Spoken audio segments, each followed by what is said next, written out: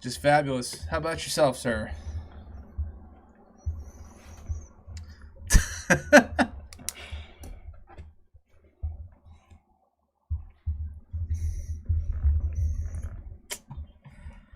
I can dig it.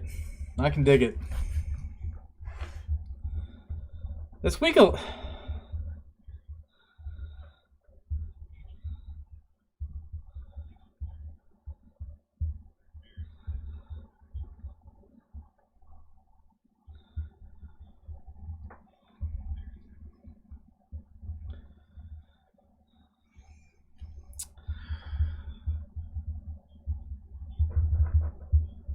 he's out? Okay, hold on. Let me make. I need to take him out of my lineup. Thank you so much for that, guys. Holy shit. Okay, he is out of my lineup. I don't have anybody to replace him quite yet, but he is out of my lineup.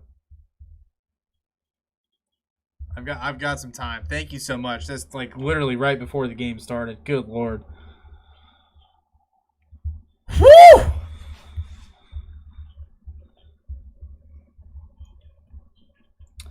Yeah, that was information I needed about 20 minutes ago. But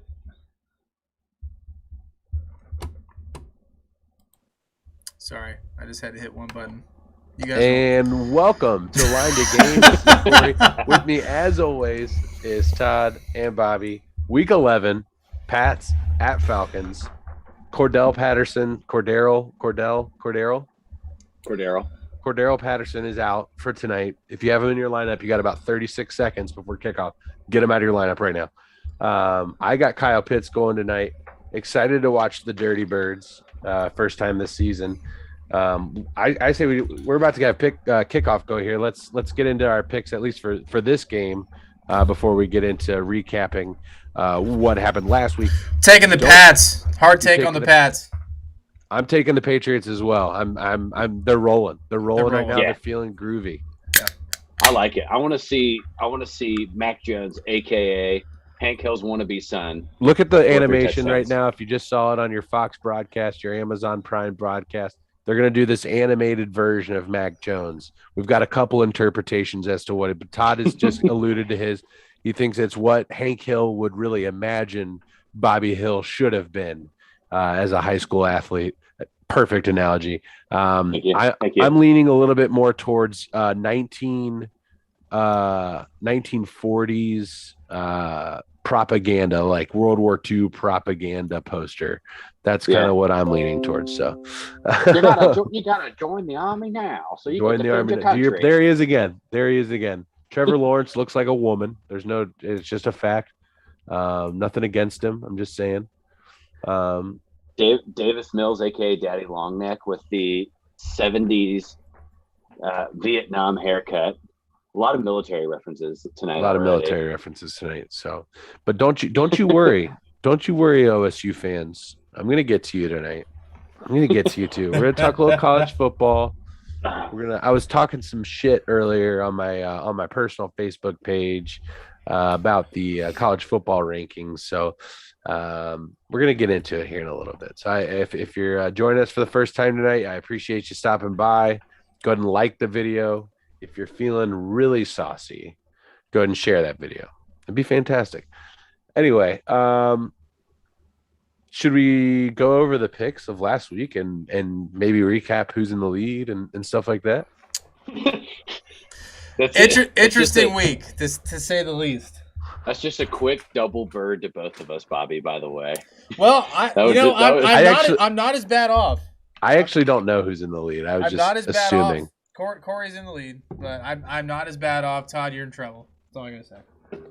We got a lot of football left. 4 games back. Come on, give me a fucking break. You got a lot of football. You're more than 4 games back to Corey. Well, let's get into it. Let's not give him the cow or give him the milk without paying for the cow. Let's get into it a little bit here. That's what my mother always said to me. All right, so I have not. Go ahead. This is what we got tonight. This is New Belgium accumulation. It was snowing again today here in Michigan, so I got a winter hazy IPA for the evening. Go ahead, Bob. You're going to appreciate what I have. I also have New Belgium. Ah. Future Hop. Oh, Future Hop. I like it. It's very good. Cheers. Cheers, Bob. Clink. All right, first game of the week, biggest upset. Dolphins beat the Ravens. What the hell? I don't know. What the hell? They didn't just What beat the him hell? either. They spanked that booty. They spanked him. That Lamar was Jackson was on his rear end frequently. Are you there? Yeah. No, that was Okay. It was. You're snacking. Okay. Yeah. Yeah, sorry, I'm eating some nachos right now. Carol snacking. Daddy's Since hungry. Tiger King season 2 is now out on Netflix. Wait, Oh, whoa. Excuse me? Oh What? yeah, you didn't know that? Yeah, season 2 of Tiger King on Netflix right What? now. Mary and I Mom, watched I'm gonna need that password. Again. Gotta Yeah. wait. Gotta Oh, yeah. wait for my wife to get back in town to watch that one for sure. Yeah. Have you Yeah. guys watched the last season of You yet? Oh yeah. No, haven't watched yeah. you. I've It's got intense. 2 episodes left, and I am like, You know, Yeah. Nick hated it, and I was like, Nick, how can you hate that? It was actually, I think it was. I have It's 2 not as good episodes as the left, so first don't season. don't spoil it for me. Yeah, I promise I won't spoil anything, but I thought it was really good. All right, It left me on the edge of my seat. Corey, you have some homework to do. You and Katie have homework. You 10-4. guys watch it so we can all discuss it. I'm excited. Yeah, I don't think we really need to talk anymore about the Ravens Dolphins. We're all blown away. Well, I mean, it's just you're seeing. Just a real quick comment before we move on. You're seeing this with the Ravens pretty frequently this year. This up and down nature, and actually, I don't think it's just the Ravens. You're seeing this across the league. Is this parity? You know, as that word's been thrown around a lot. This up and down of teams. What we're really going to need to look at is who's hot going into the playoffs. I think Yeah. it's just going to be a really fun, weird year, and I can't wait to see how it shakes out. And I will say it. This is why I enjoy professional sports more than college, is because that anybody can win on any given day, and it's more frequent in professional sports than it is in college sports. Yeah, I mean it is more frequent. I will say though, when those upsets do happen in college, I feel like they are more. They are a little bit momentous. more lit. Yeah, I'll give you that. like last Especially night, now. George Mason beating Maryland in Maryland. It was awesome. Yeah, that's pretty sweet. It's a big upset. Yeah, All right, next game we have on the board. The Titans defended the home by 2 points against the Saints. yeah, a little bit closer matchup than we would have anticipated for that one, but I think we all took the Titans in this one. We did. Yep, all 3 of us took the Titans. And the first one, we all 3 took the Ravens. Obviously, that should not have been a difficult decision. If anybody picked the Dolphins, great for you. Yeah, minus Derrick Henry. This game was a lot tighter than it probably would have been had he been in there. Here's the real question: if Jameis Winston was the starting quarterback in that game, would they have beat the Titans? Ooh. See, I mean, flip a coin there. I mean, Jameis, yeah, Right. sure, he can throw for 350 yards and 4 touchdowns, but he could also throw for 3 interceptions in the first half. So Right. who knows? Yeah. Depends on what However- if we're getting week 1, Jameis Winston, ball game. Anything 6 after that's touchdowns. coin flip. That's The fair. Falcons getting a stop here on this opening drive for the Patriots, forcing them to punt on a 4th and 3 on the Falcons' 48-yard line. I don't know. In my opinion, what do you guys say on a 4th and 3 on your opponent's 48? Are you going for it? Not on the first drive. Okay. I think if there's a little bit more game established, I give that a shot. But I think you go for it on 4th down on the first drive. You show your hand a little bit more than you would if you've had a couple series. You just under look your belt. desperate at that point. Personally, Maybe so. Looks like they made the right choice with the punter pinning them inside the 10. So Yeah. good special teams play there by the Patriots. Yeah, I mean, if you're going for it on the first drive of the game, that just tells me you have no confidence in your defense. Sure. So, next game, Bills Jets. That one went as we all foresaw it. Bills rolled. They beat the absolute crap out of the Jets, 45-17. Well, Mike White, 4 picks, right? Rest in peace, Mike White. Gone forever. He had his 1 week and 2 series shot at fame, and it is now It's so immediately vanished. You know, it's it's just makes Smell me you feel later. really poor as a Bengals fan. I honestly, I like it for football because it created something different. It mhm. sucks that it happened to the Bengals. It could have happened to any other team, and I'd have been much more excited about it. But Yeah, I and I like, think I it like, could I have like happened to the anybody that week. Just you have no absolutely, film. He's coming out with so much piss and vinegar, and he's just ready to rearing up to yeah. go. And That yeah, that I guy mean, is he not, played that guy great is not, football. The week that he played the Bengals, he played excellent football. yeah. Nobody can take that he played away the from defense him. perfectly, Yeah, right? you know, And but then they got a Buffalo, but like you said, they got a week of film on him, and then yeah, he just fell Buffalo had a apart. plan. Yeah. Right. Don't give him the middle. That was it. That was their only plan. He threw, I think, 3 of his 4 picks between the lines. So not a shock that he didn't pan out, but Yeah, Joe Flacco, the time is now. I the love time it. is now. I love seeing Joe Flacco back out on the field. I picked him up in Josh's league. I waited for waivers to clear, and I wanted to make sure I put in a lineup this week because I don't want anything to happen if I don't set a lineup. So I picked up Joe Flacco, and he's in my starting lineup. I fucking hate Joe Flacco. That's He's it. elite. That's it. We're done. Super Bowl champion Joe Flacco. You better put some respect on that name. No, I There's won't. some respect on that name, boy. So I digress. The quarterback at Patriots Delaware actually State. pinned the Falcons inside their own 5 to start this drive. An even better punt than I had initially interpreted from Matty terrible. Ice. Terrible. You gotta call it right over there, Mr. James. You got to see some Kyle Pitts, baby. So the next game on the board made me very, very sad. The Lions Steelers ended in a tie. And I just happened to be wearing a Detroit hat tonight. I didn't plan that. But He's wearing that Detroit hat because the Tigers are about to sign Carlos Correa to a $250 million contract. So I heard that they're talking about it. Is that actually happening? Like, is it? It is. I think that is the most realistic big contract that we're going to see of this offseason. Gotcha. That's the one that comes to fruition the fastest. Okay. And So they've made plenty of room for him. here's the thing about this Lions game. If the Lions have any other quarterback potentially, if they have Andy Dalton, if they have probably Jameis Winston, if they have I'm not ready to say Mike White, but if they literally have almost any other quarterback, I think they win this football game. the Steelers didn't want to win. Like, that was very clear. And the Lions don't know how. And the Lions don't know how. Exactly. Yeah. I mean, but to some credit for the Lions, they ran all over them. I think they were moving the ball very well. Swift had like 33 touches for $150, right? Yeah, DeAndre Swift just made the Steelers look like a high school defense. Like, he just ran all over them.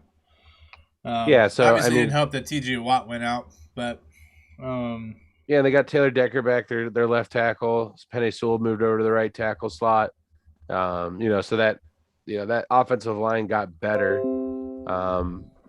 Some changes on that line for the better for them, and I don't know. The Lions are making some moves going into next week. They're benching Goff. At least it looks that way. I can't remember who they found at a Home Depot parking lot to fill in for the quarterback slot, but just some random dude. I actually have no idea who it is. It's not David Blau. I forgot to tell you guys, I'm actually traveling to Detroit next week. So. Oh, all right. I'm just kidding. I live here. Oh, Bobby's gonna play. Bobby's gonna be the quarterback. I totally missed that. That flew right over my head. I'm a little sleepy. You can tell by the bags under my eyes.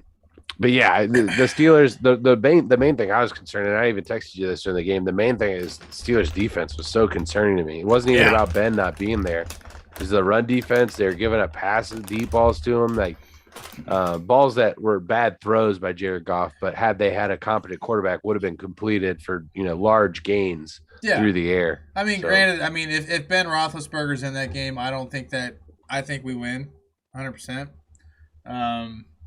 But there's no excuse for how bad the defense played. Yeah. Um, It just shows you how pivotal TJ Watt is related to that defense. Absolutely. And that If- happened if- against the Bengals too. yeah. Yeah, So absolutely. what's next, Bob? Well, needless to say, we all got that game wrong. So do we all have a tie then? No, it's a loss. We didn't. If you're going to predict a tie, you need to predict a tie. That counts as an L. That's fair. I just want to make sure. Next game on the board, Jaguars Colts. Yeah, the Colts took care of business, but in a much closer game than we would have anticipated. What are your thoughts? I actually didn't get to watch this one. Just viewing from afar, though, it did look like they got out to an early lead and then kind of let them slip back into it, if I'm not mistaken. So, Colts took care of business. Win in the NFL is a win. Moving on. Look, the Colts are looking good, man. They're winning games and putting themselves in a position to, at least compete for a shot against the Titans. I think you got to give props to the Titans though, because they've beaten a lot of really good teams.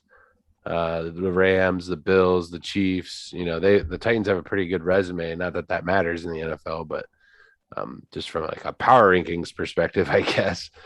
But the Colts, they're right there now. They're starting to put some stuff together. That offense is really starting to get going, and if they can continue to grow as a team, I think they could be a playoff team and potentially compete for the division if people start figuring the Titans without Derrick Henry out. So, right.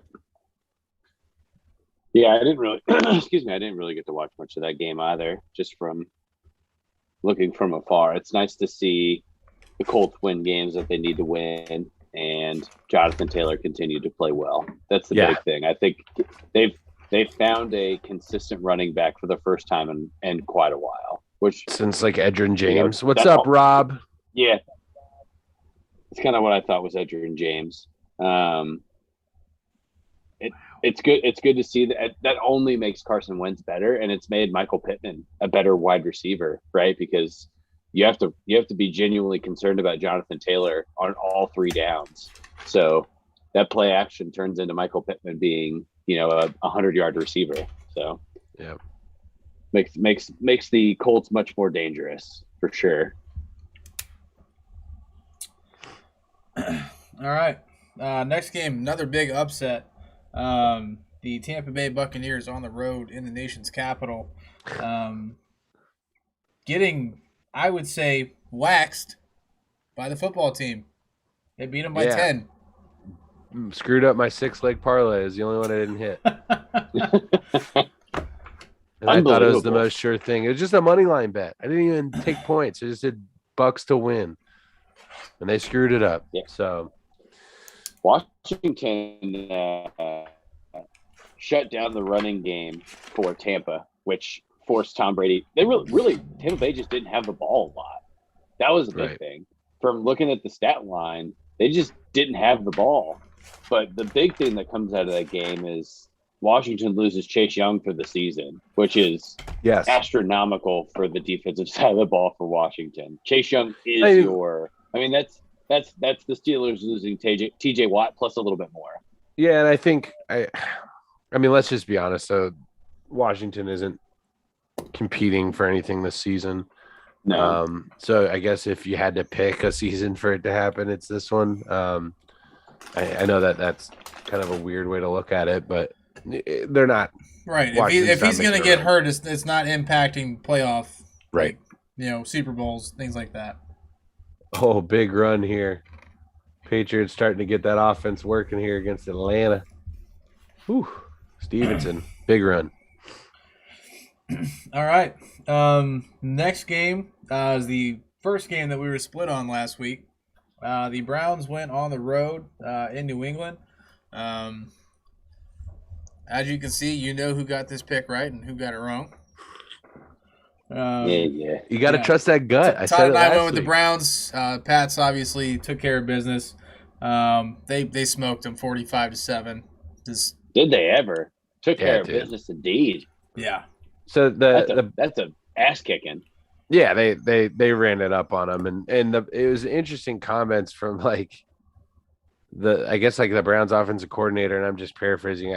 He said something to the extent of like they felt like they pretty much had to throw once they were down like 14-0, 21-7, something like that. They're like, we have to start throwing. We have to throw. And that's all they did. It just wasn't clicking. It wasn't working. And they got run out of the building pretty quickly there by the Patriots. And the Patriots are starting to hum, man. But it's like a cycle for the Browns. I feel like it's like, all right, beat a team that they're supposed to beat, or beat a team that's not necessarily elite, and then they go to a game where it's a real litmus test, and they get beat, and then people talk shit about Baker, and then Baker proves them wrong against a team that they should compete with, and then he gets beat, and then it's a repeating cycle, which is a shame for Baker because I think he's just trying to win every game, obviously, but it just seems to go that way, is what I'm saying. Yeah, absolutely, I agree.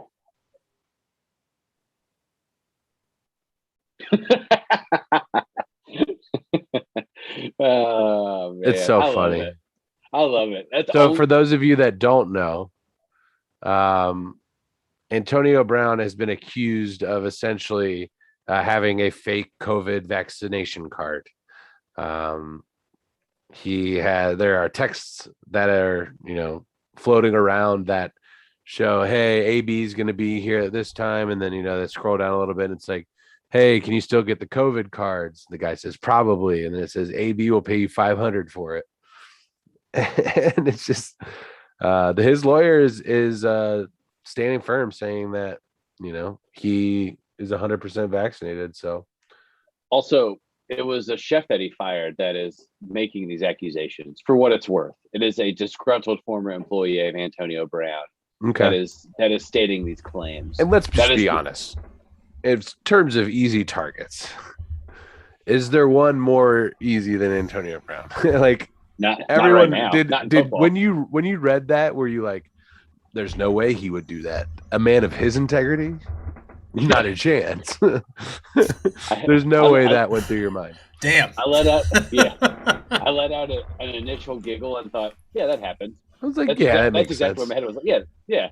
If there's anybody that's doing it, if it's either him or Cam Newton, right? Those are the only two guys that are brazen and maybe selfish enough to do such a thing. Right. So yeah, I think that listen, they're standing firm, and the burden of proof falls on the accuser in this situation. So unless you can legitimately prove that he has not been vaccinated, then I don't know what to tell. Like, here's a situation. What if he is vaccinated? He just lost his card.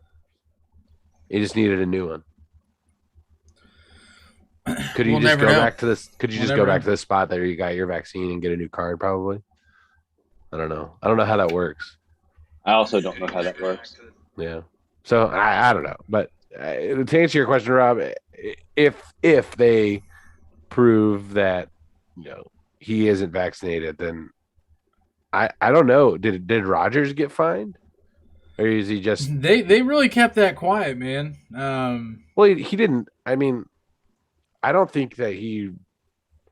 The only thing he would get fined for is not following protocol for an unvaccinated player. That's what he would get fined for. Right.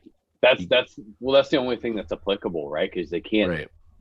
All they can do is just continue to test him for COVID, and if he's negative, then that doesn't mean that he's is or is not vaccinated. There's no burden of proof there. It's very true. Yeah. Very true. So great question. Hilarious situation. I find it hilarious. Oh, guys, I forgot to say I'm streaming Mac Jones tonight in one of my fantasy leagues as well. Ooh. Yeah, I forgot to mention that. So he's in the red zone now, facing a 3rd and 8, sitting at the Atlanta 14-yard line. They got 3 wide receivers, and looks like Hunter Henry out here. See if we can get Mac Jones on the board. Drops back, looking end zone, overthrows him. Miscommunication. Gonna be kicking for 3 on this one. What's the next game we got here, Bob? We got the Atlanta Falcons on the road versus the Cowboys last week. Cowboys took care of business. Ezekiel Elliott played, to my surprise. I thought we had a discussion prior that he was hurt. Hmm. I don't remember that, but I just know the Cowboys are probably just like, all right, we just got absolutely fucking taken to the woodshed last week to the Denver Broncos. Right. Time to take care of business, and they did so against a lesser team in Atlanta. Patriots Yeah. up 3-0 now as that field goal drifts beautifully through the uprights. Nick, thanks for the like. Rob, thanks for the like. Mr. Wheeler, thank you for liking the video. Appreciate you guys. All right. Panthers on the road versus the Cardinals last week. Cardinals just look unbeatable. What's that? The Cardinals just look unbeatable. Didn't the Panthers win that game? No. Oh, Yes. I thought yeah, they did. The Panthers. Oh, won they did. 34-10. I'm sorry. You're right. Yeah. Yeah, Panthers won. That was the biggest upset of the week. Yeah, 34-10. Excuse me. Wham bam Cam, baby. I read my sheet wrong. I apologize. Cam Newton, the Cam Newton, calligrapher. PJ Walker. The calligrapher that he is, the fashionista that he is, and touchdown getter. Apparently, 2 tutties, 1 throwing, 1 rushing, for Cam Newton. And now they've also Cam Newton is partnering with the Panthers to make available somewhere like 200 or so tickets, I believe, for people that have either never been to a Panthers game or rarely get a chance to go to a Panthers game. He's making them available, like subsidizing tickets for fans to get in to Bank of America Stadium to get more Panthers fans involved. I think it's a natural reunion. Cam and the Panthers. What do you guys think? Yeah, I honestly, if he wasn't going to go to the Saints, this is the only thing that makes sense, right? Yeah. And PJ Walker isn't what I would consider to be a great backup. Former XFL, AAL quarterback PJ Walker, but I think that you come in. I mean, it's not like he made a crazy impact. I mean, 2 touchdowns is big, right? But it was 8 yards throwing, 14 yards on the ground, but he scored 2 touchdowns. Exactly. Against what we were talking about at one point in time is the hottest team in football. Right. So, Lost 2 straight. What did I tell you boys? About the Arizona Cardinals? Bet on them until November. Right. But they also have no Kyler Murray, that's just saying it happens. Right. I don't, there's different reasons. I guess we didn't set parameters. It wasn't barring injury. It was just November is where it falls apart. It just always happens. I don't know why, but they just drift. And I mean, they did themselves a huge favor winning 8 straight to start the season. Yeah, absolutely. But, they might make the playoffs because they won 8 straight. And to be honest, I think they're still better. This probably the best team in the division right now. So we'll see. Fair enough. Well, we all 3 got that game incorrect. The next game we were actually split on. Your boy got this one right. Vikings on the road versus the Chargers. I'm not clapping for either of you. I took the Vikings. The Vikings won in a close one, 27-20, against the Chargers. Todd, we would love your thoughts. I'm disappointed. There's a thought. Put a stamp on it. Justin Herbert's played very poorly in the last 2 weeks. I was just gonna say, I think you're not when the season started the first 3 or 4 weeks, you're all just like Justin Herbert, the Chargers, this what's their fucking coach? Brandon Staley, he's the best coach in the league. We haven't heard shit. Heard shit because they keep losing. Right. I mean, there were people saying that they were one of the best teams in the NFL to start the season, and that Justin Herbert would be the MVP of the season. And he has been not bad, but he hasn't been great. No. There's Kyle Pitts. You had him, Matt Ryan, you pile of shit. It just doesn't seem like I was watching the highlights of the game. I didn't get to watch the game, of course, but it just doesn't seem like Justin Herbert feels comfortable. He just seems very uncomfortable out there. And I wish I could do a Kermit the Frog impression because I would do it right now. No, so when he said that, I imagine Justin Herbert mixed with Kirk Herbstreit. That's where my head. Justin Kirkbert. That's where my head went. All right. It's just Justin Herbert throwing touchdowns and Kirk Herbstreit God damn, Kirk Herbstreit being a failed college quarterback. Is that what you imagine? Going to the most overrated university in the country. Okay. That's what you Hey, imagine. that's later. That's later. Let's not get on that I train don't even right know now. if I'm ready to say that. I am. I could say that with losing no sleep, 0 seconds of sleep. All right, next game on the board. Coming from a UK fan. Seahawks versus the Packers. Packers held their ground. Yeah. Beat the Seahawks. I think Aaron Rodgers just solidified himself as MVP. I mean, he's not there. They get trounced and look awful. He comes back and they win, albeit it's against the Seahawks. The Seahawks suck. And Russell looked terrible. Oh, yeah. Absolute just garbage. Yeah. They did not look good at all. And is this enough for Pete Carroll to get fired? No, I don't think so. No. Russell was hurt.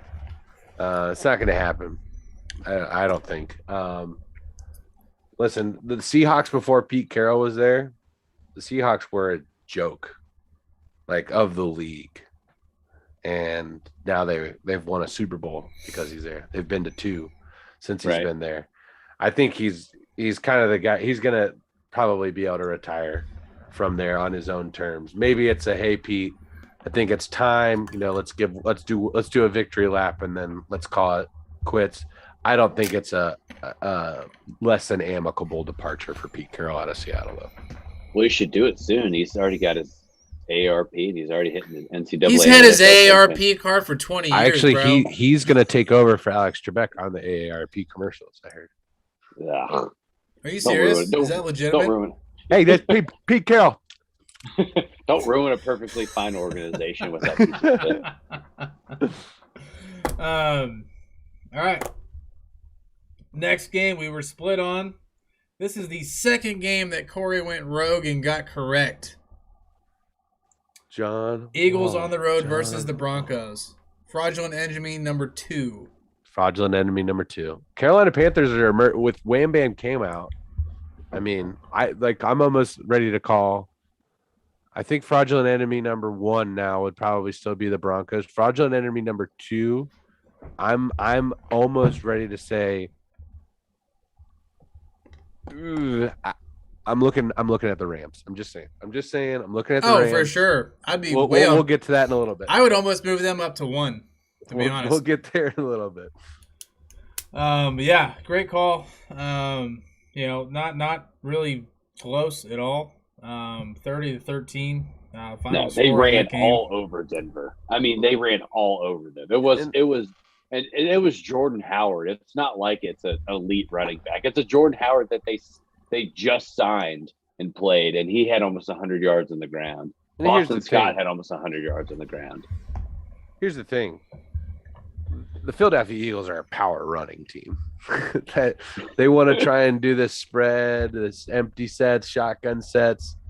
That's not who they are. They are line it up and run it down your throat.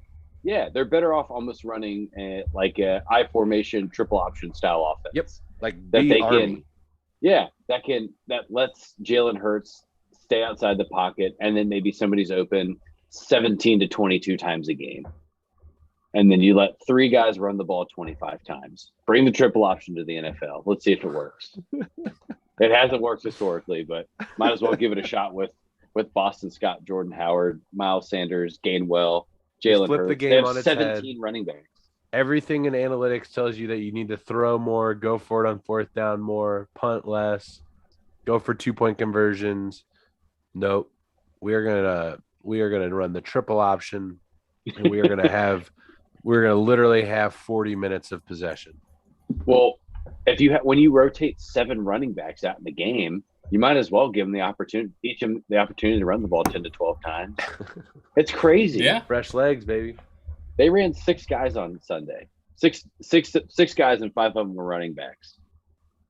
That's crazy. And all of them had at least 20 yards rushing. That's an absolute domination on the ground. Yeah. Yeah, that's clutch. Next game. Chiefs Raiders. Chiefs on the road. Taking on the Raiders. Chiefs Pat Mahomes finally looked like Pat Mahomes. That's the guy that we all know and love. He threw 400 yards, 5 touchdowns. I'm going to be honest. It was nice to see Pat Mahomes be Pat Mahomes. Yeah, sorry, Bruce. That sucks for you. For the Raiders Sorry, there. bud. But yeah, absolutely. I mean, it's if you're a Chiefs fan, which I don't think I know a single. Actually, that's not true. I know a couple Chiefs fans. Jaden, fan of the show, he's a Chiefs fan. That guy I used to work with out in Salt Lake. He's a Chiefs fan. But anyway, I mean, yeah, it was good to see. Oh, Arlo, what's up, buddy? There's a good boy right there. He is a good boy. He can't hear us. What's up, Arlo? He can't hear us. Let me yell at him. I'm gonna get closer to the microphone and scream it as loud as I can so I can bust Todd Corey's eardrums. Look at me. But no, yeah, I mean, I think get concerned if you're in the AFC West, because the Chiefs just had a really good game and they are the team that turns it on. So I mean, that we might talked be about what that Pat last Mahomes year. needed to get going. Well, yeah, and we talked about it last year, right? Like, can the Chiefs just start to turn it on in the playoffs? Well, it turned out they can because they went to the fucking Super Bowl last year. So, Right. So here we are now, Chiefs in sole possession of first place in the AFC West. And they haven't played great football this year, and they're still in first place. Yeah. So, right. Scary. I like it because on TikTok, Pat Mahomes' brother makes a shit ton of TikToks, and he just gets fucking roasted on there, and it is magical. People love roasting Pat Mahomes' brother. I just cringe every time. I'm not on TikTok, but I see him on Twitter and Instagram every now and again, and every time I see it, it's like, God. Yeah, what? it's terrible. It's terrible. If you're not on TikTok, don't get on TikTok. The NFL community hates Jackson Mahomes, and it's hilarious. The NFL community, like fans or like other players? Yes, and just name it. Yep, they don't like him because he does his stupid, shitty dances on the sideline. He did one 2 weeks ago. Number. Yeah, like, don't do that. You're an idiot. And you make yourself look like a total jackass. He's just riding off of his brother's fame. Well, he also really makes bad. Yeah. I mean, but let me be a shit ton of money off TikTok. Let me be very clear. If my brother was Patrick Mahomes, I would also be doing that because you're kind of dumb if you don't, right? Like, that's easy money, man. That's easy, easy cash. Yeah, you're selling your soul to the devil and you have no pride, but he's probably got a nice car, no car payment, and he's not worried about APR. No, straight cash, homie. I'm on that Randy Moss plan. All right, last game of the week. Potential future fraudulent enemy number 1, the St. Louis Rams.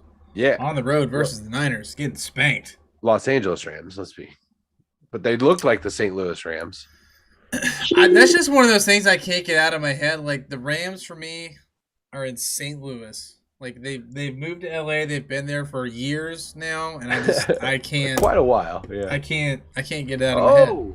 Big run for the Patriots. Patriots imposing their will. It's exactly what a rookie quarterback needs, is a strong running game, and the Patriots have it going right now against the much lesser Atlanta Falcons. But yeah, I mean, they played like the St. Louis Rams, and they played like a 500 football team, and the 49ers absolutely ran all over them, and just did whatever they wanted. Really, They just beat the shit out of them. Todd, any thoughts on the Rams-Niners? No, I'm sorry. I was trying to get Arlo to go lay down. So fair enough. Well, let's I think go you over. guys covered it perfectly fine. Let's go over the standings after Week 10. So Week 10 records. I came in at 6-8. Todd came in at 5-9. Ugh. Corey came in at 7-7. By far the worst week that the collective has had in the entire 10 weeks of the NFL so far. Yeah, Yep. that is not a above 500 record for the three of us. That is a subpar record. So Hey, to be fair, Technically, Vegas Corey got a was lot wrong too. yeah, of course. Yeah, I mean last week was rough. So Indeed. hopefully this week it'll be we'll get back on track, right? Hopefully. Stay tuned. Should we break from NFL and do a little college, or do you want to just roll into the picks and then do college at the end? I'm flexible. You guys go ahead and bust out the college. I'm gonna get everything prepared for the pick'em. So I'll let you guys roll. I thought we were scheduling an interview for a second. I'm flexible. Just I'm flexible. make Just we'll make it work for you. send me the calendar invite. I'll make sure I get Yeah, my- talk shit get on about the Ohio calendar. State. All right, Just I'm make out. sure you drop that resume there and attach that to the to the calendar invite. That'd be great. All right. No, So JPG. Oh, I can't read that on this computer. all right. So if you are friends with me on Facebook, I posted something earlier today, and I'm going to reference to it now. Let me pull this up here. It's essentially what it did is it took the top 10 teams in the college football playoff rankings, took the top 10 teams, and then it listed their best wins on the season. Their best, let me see here. Top 10 college football playoff teams, their top win against currently ranked college football teams. So now this is not if they are ranked when they won or when they played them. This is if they are currently ranked within the college football playoff rankings. So we'll start with number 10 and work our way back up. Number 10, you have Wake Forest, undefeated right now on the season. Their best win last week was against number 20 NC State, a 45-42 home win against the Wolfpack. At number 90, you have Oklahoma State, who I believe is no, I think they do have a loss on the season. Their best win against currently ranked number 11 Baylor, 24-14 at home. Notre Dame's best win, number 8 Notre Dame, is against number 15 Wisconsin. They routed the Badgers 41-13 at a neutral site. Wisconsin's all the way to 15. Wisconsin is all the way to 15. I believe they have. There was a point in time where they were under 500. Yeah. I believe they have 2 or 3. I'll get to that. Don't you worry. I'm gonna pull up these rankings right now so I can reference. Previous games and current records as well. At number 7, you have the Michigan State Spartans. Their best win against the number 6 ranked team, Michigan, 37-33 home win for the Spartans.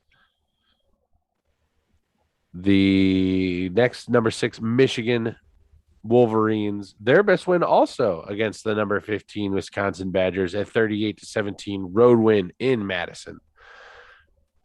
Now you have your top 5. At number 5, you have the University of Cincinnati. Their best win against currently ranked number 8, Notre Dame, a 24-13 road win against the Fighting Irish. At number 4, you have Ohio State, who has a very impressive. Oh, this just in. Yes. Okay. We are confirming now Ohio State has not beaten a team in the top 25. Got it. Okay. Ohio State has no wins against anyone in the top 25. Okay. We've confirmed that. Moving on.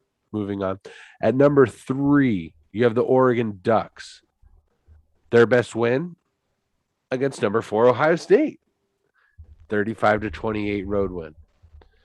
Number 2, Alabama, best win of the season against number 12, Ole Miss, 42-21 home win. And wrapping it up, number 1, Georgia Bulldogs, best win against number 21, Arkansas, 37-0 home win. Touchdown, Mac Jones to Nelson Aguilar, by the way. Let's go. You like that Mac Jones stream, maybe. Yeah, at the time Georgia played Arkansas, Arkansas was also 7th in the country. So, again, the main point of this is not so much where were they, where are they at now, and I think that is a little bit more relevant. So, My proposed question earlier today, Todd, was Ohio State people. Explain why you are ranked fourth. Explain it, please. I'm so ready to understand why Ohio State is ranked fourth. Other than here's what I don't want to hear. We're Ohio State, and the Big Ten is good. Those are two things I don't want to hear. I can't hear them. I don't want to hear them. Leave them there. Leave them at home. Bury them. They're lies. So okay, let me chime in with one question, and then Go I'm ahead. gonna no, please. run out of here. Does Ohio State's victory over Penn State have anything to do with where they're currently ranked? So Penn State is not ranked. Let's take a look at it. Let's take a look at Ohio State's. But Penn State is traditionally a good football team. Right, See, but they've also lost 3 games. Therein lies the problem. And you, right, so I think that's a perfect segue. That's just an argument I've what- heard quite a bit, so I just wanted you guys to. I wanted Yeah, to throw bait to the Sharks. That's the illusion of Big Ten football, is that because of history, a team is better, right? And makes a team better. Oh, because Penn State is historically one of the best teams in the Big Ten, Ohio State beating them when they were ranked 19th is better than Cincinnati beating Notre Dame in Notre Dame, right? Because that's what we're saying in theory. Because right now Ohio State is ranked higher than than the University of Cincinnati in the college football playoff ranking. So you're also saying that their victory against Penn State after they had just lost 2 of their last 3 is better than Michigan State beating Michigan, regardless of who Michigan State has lost to, right? You're still saying that that's a better victory. And I disagree. So let's take a look at the overall rankings in the Big Ten and just kind of look at some of these teams. There are 3 teams with 1 loss in the Big Ten: Ohio State at 9-1, Michigan State at 9-1, and Michigan at 9-1. There's only 1 team with 2 losses: the Iowa Hawkeyes.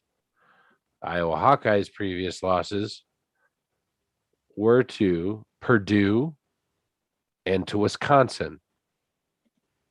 Well, Iowa is currently ranked number 17th in the country in the college football playoff rankings. Other than that, you have a team with 3 losses, 3 teams with 4 losses, 2 teams with 5 losses, 6, 7, 3 teams with 7 losses. I go on and on. There's really only 3 competitors within the entire Big Ten. Penn State has 4. They're 6-4. They've lost 4 games this year. I don't want to hear about a win against Penn State. Good job. You beat a team you're supposed to beat. Right. But Maryland, 5-5. Yeah, well, we don't need to talk about Maryland. Nebraska. Ohio State had a hard time with Nebraska, given it was in Lincoln, but it was 3. Nebraska's 3-7. Purdue. You want to hang up Purdue as a big win? Purdue's 6-4. They are also 6-4. They've lost 4 games this year. Yeah, they've had some good wins. Don't get me wrong. They've had some good wins. But Purdue is not they're Purdue. I'm sorry. They're not a competitor. Haven't been good since Drew Brees was there. Okay, so if college football season ends today, I want to know from both of you, Todd, Corey. Got to make sure my finger points are right here. To me, it just looks like you're dancing because you're in the upper left corner. So you're just doing this. All right. If the college football season ended today, who do you guys have? Who do I think should get in, or who will get in? Both. I want to know. Okay. I want to know who you think's going to get in, and who you believe should be in. From both of you. So if the season ended today, the top 4 teams are who I think get in based off of how the college football playoff ranking system and how they're selected exists. Who I think who it should be is Georgia, University of Cincinnati, Michigan State, and Oregon. Those are my 4 teams. Wow. Okay. Yeah. Okay. So my four would then be number 1, Georgia, I would have number 2 Alabama. I would have number 3 Oregon, number 4 Cincinnati. I think you're afforded a loss. I think you're afforded that in the SEC, particularly. Pac-12, I don't know so much, but given Oregon's win against Ohio State on the road, that is good. And here's the point, Buckeye fans, if you're still watching. I'm not saying that you're a bad team. I'm not saying that. Ohio State is a good team. They're historically a good program, and every single week they should probably be the favorite, depending on who they're playing, right? And they, in fact, were the favorite against Oregon, 21-point favorites, and Oregon went into Columbus and beat them. So I'm not trying to paint a picture that Ohio State's not a good football team. Just based on the current resumes, I don't think Ohio State has a win to really hang their hat on right now. Yeah. I don't see how they can be listed as having a better resume than Cincinnati, because they don't have one. Cincinnati's undefeated. 1, that should count for something. They are undefeated, and 2, they have a top 10, top 8 win on the road at Notre Dame. Who, by the way, Notre Dame has a better statistical probability of getting into the college football playoff than Cincinnati right now. That's right. Which makes no fucking sense. That doesn't make sense. Sure, It's because Cincinnati's a small market team. Well, that's one thing that I want to leave. I'm not talking. That's a cheap answer right now. Saying, well, money or Big Ten or names. But how is it a cheap answer when it's true? Because I don't want to just rely on that. Let's talk about the other things that are surrounding this and reasons why. That's what I'm trying to say. You're 100% right. Well, the thing I'm saying is Cincinnati is a great football team. They definitely deserve to be in the college football playoff. And if they don't get in, it's because of that reason. No, I 100% agree. So a couple of the questions that came up here. Zach Ober. I believe Zach is the head volleyball coach right now. This is a guy I played volleyball with in Bowling Green. I think he's the head volleyball coach of Thomas More, if I'm not mistaken. Very nice. Yeah. So Zach, he's saying, does that then invalidate Oregon by saying that Ohio State isn't necessarily shouldn't be a top 4? Does that invalidate Oregon? No, I still think Ohio State should be in the top 10. I would say they should even be in the top 5. They should probably be listed at number 5, in my opinion. So that's just my, because their only loss is to Oregon, who is number 3. Exactly. Right? If we're running it by what you just said, they're number 3, so therefore, right. It doesn't. The quality of loss is higher than the rest. OSU, by the way, Ohio State this week. Who they play? Michigan State. Michigan State. In the last 4 times that they have played each other, I believe, when they are both ranked, I think Michigan State has won 3 of those 4, if I'm not mistaken. That's right. And if you look at the line, Ohio State is a 19-point favorite. Oh, I'm taking Sparty and the points all day on that one. Yeah, 19-point favorite. They are in Columbus. That game is at noon. You better believe my ass will be in a chair watching every single snap of that game. Yeah. So Katie is in Montreal right now for a work trip. Girls down by 11:30 is key for nap time. That is key. Todd, it sounds like we might have potentially some plans on Saturday. Well, I'll be in Cincinnati this weekend. Well, son of a bitch, I will be sitting here by myself then. Sorry, man. Bobby, we're always with you. I know. Spirit. You're all with me in spirit. I know. There's Kyle Pitts, that giant human being. Wait, no, that's not Kyle Pitts. It is number 8 is Kyle Pitts. Oh yeah, it is. Okay, cool. I was like, there's no way there's another person that big. No, there's no one else on the field that looks like that. 3rd and 1, big third down here for Atlanta. Just go to Kyle Pitts again. He's the play. Kyle Pitts is the play. Always. Oh, Matt Ryan with a little turf toe. Yikes. Who's Atlanta's backup? 5, 4, 3, 2, 1. Matt Schaub. Is it really?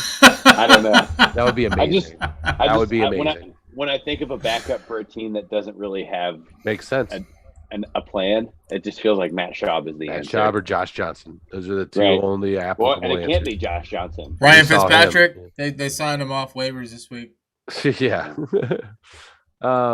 Okay, so a couple other just comments here. Nathan Josh Duck- Rosen. Oh shit. Oh fuck yes. Give it to me. I need it now. I need it. It's my money. Oh, man. And I need it Yeah, now. give me that JG Wentworth special, baby. Oh, 877 God. cash now. So a couple other points here. Nathan Ducklow Oh, with a comment. oh. Big Ten has 0 good wins, period. Ooh. I'm not necessarily. I don't willing to agree with admit that because we No. saw Michigan State beat Michigan. That's a big win. I think that's a big win. Yeah, Michigan's a That's good football huge. team. So Yeah. That's one of the I think that's one of the best games of this college football season was that game. I would agree. That was one of the most exciting football games I've watched. He all makes an season. interesting comparison here, though, Todd. I think it's something that you'd appreciate. He says, reminds me of all the Big Tens that made the March Madness tournament last year. Not one of them made it to the Elite Eight. Big Ten teams get ranked because they are in the Big Ten, which is close with the Pac-12 for being the worst football conference. That's a bold statement coming from Nathan right there. I think it's interesting that he says that though, because there was a point in time where a lot of college basketball analysts said that the Big Ten was the best basketball conference. And to go ahead. Sorry. And to that I say, everyone has lost their fucking mind. There's not a shot in hell that college basketball will ever be as good in the Big Ten as it is in the SEC or the ACC. It'll never happen. It doesn't work that way. The money doesn't work that way.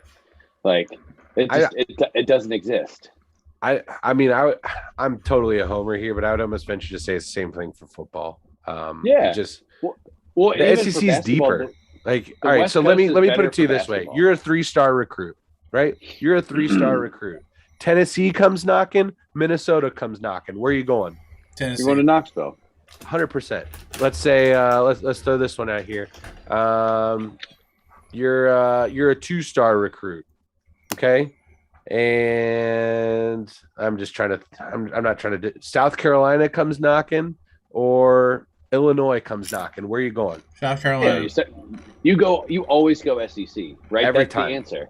Yeah, Every time. Even anybody that is not a top 10 in their position coming out of high school understands that if they sign with an SEC school, they will wait at least 2 years. That's the way that this works. But That's guess makes what? the transfer You're going to be portal a coached beautiful by the thing. best. Right. You're going to train against the best. Your facilities are going to be the best, Right. and you will be better for it. That's Right. what happens. And best case scenario, you can ride the coattail, especially with the NIL now. You can ride the coattails of any good player and still make money. And I also kind of want to just point this out. Like, Ohio State is as close to the SEC program as you will get. I would even say Absolutely. that they are almost an SEC program in the Big Ten. Ohio State is a better program than probably 40% of the SEC Yep. in football specifically. Yes, There are I would other agree. schools that don't have the facilities or the fiscal backing Yeah, that 100%. Ohio State has. So I'm not knocking specifically Ohio State. So if you're a Ohio State fan and your head was about to fucking explode, you need to calm down. I'm not talking about Ohio State.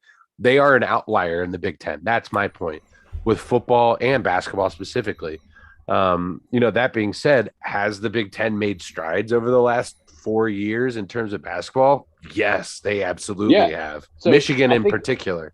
Yeah, so I think we have to remember there was a point in time where people were genuinely concerned about the strength of the Big Ten, and it's just in its entirety in big sports, right? When you start bringing in schools like Rutgers and Illinois starts to subside, but Illinois is now going to be they're a top basketball program. Mac Jones taking a sack.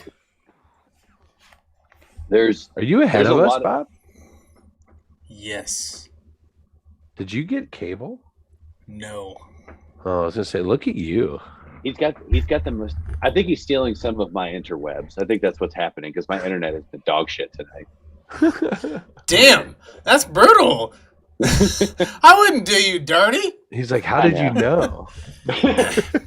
I'm so offended that you would accuse me of that. That's exactly it. Damn it, you caught me. No, but Red-handed. I think that I think that here's the thing, and I think college basketball is a whole different beast, whole different creature than college football now. Like in the last 5 years, they have completely separated themselves because college basketball has turned into Gonzaga being a back-to-back number one program, and now they've had good programs. They deserve it. Right, they do. They have two of the best college basketball players on their team, and Drew Tim and Chet Holmgren. So yeah, they've earned that spot. But why is Gonzaga always good? They're in the middle Mark of Few. nowhere.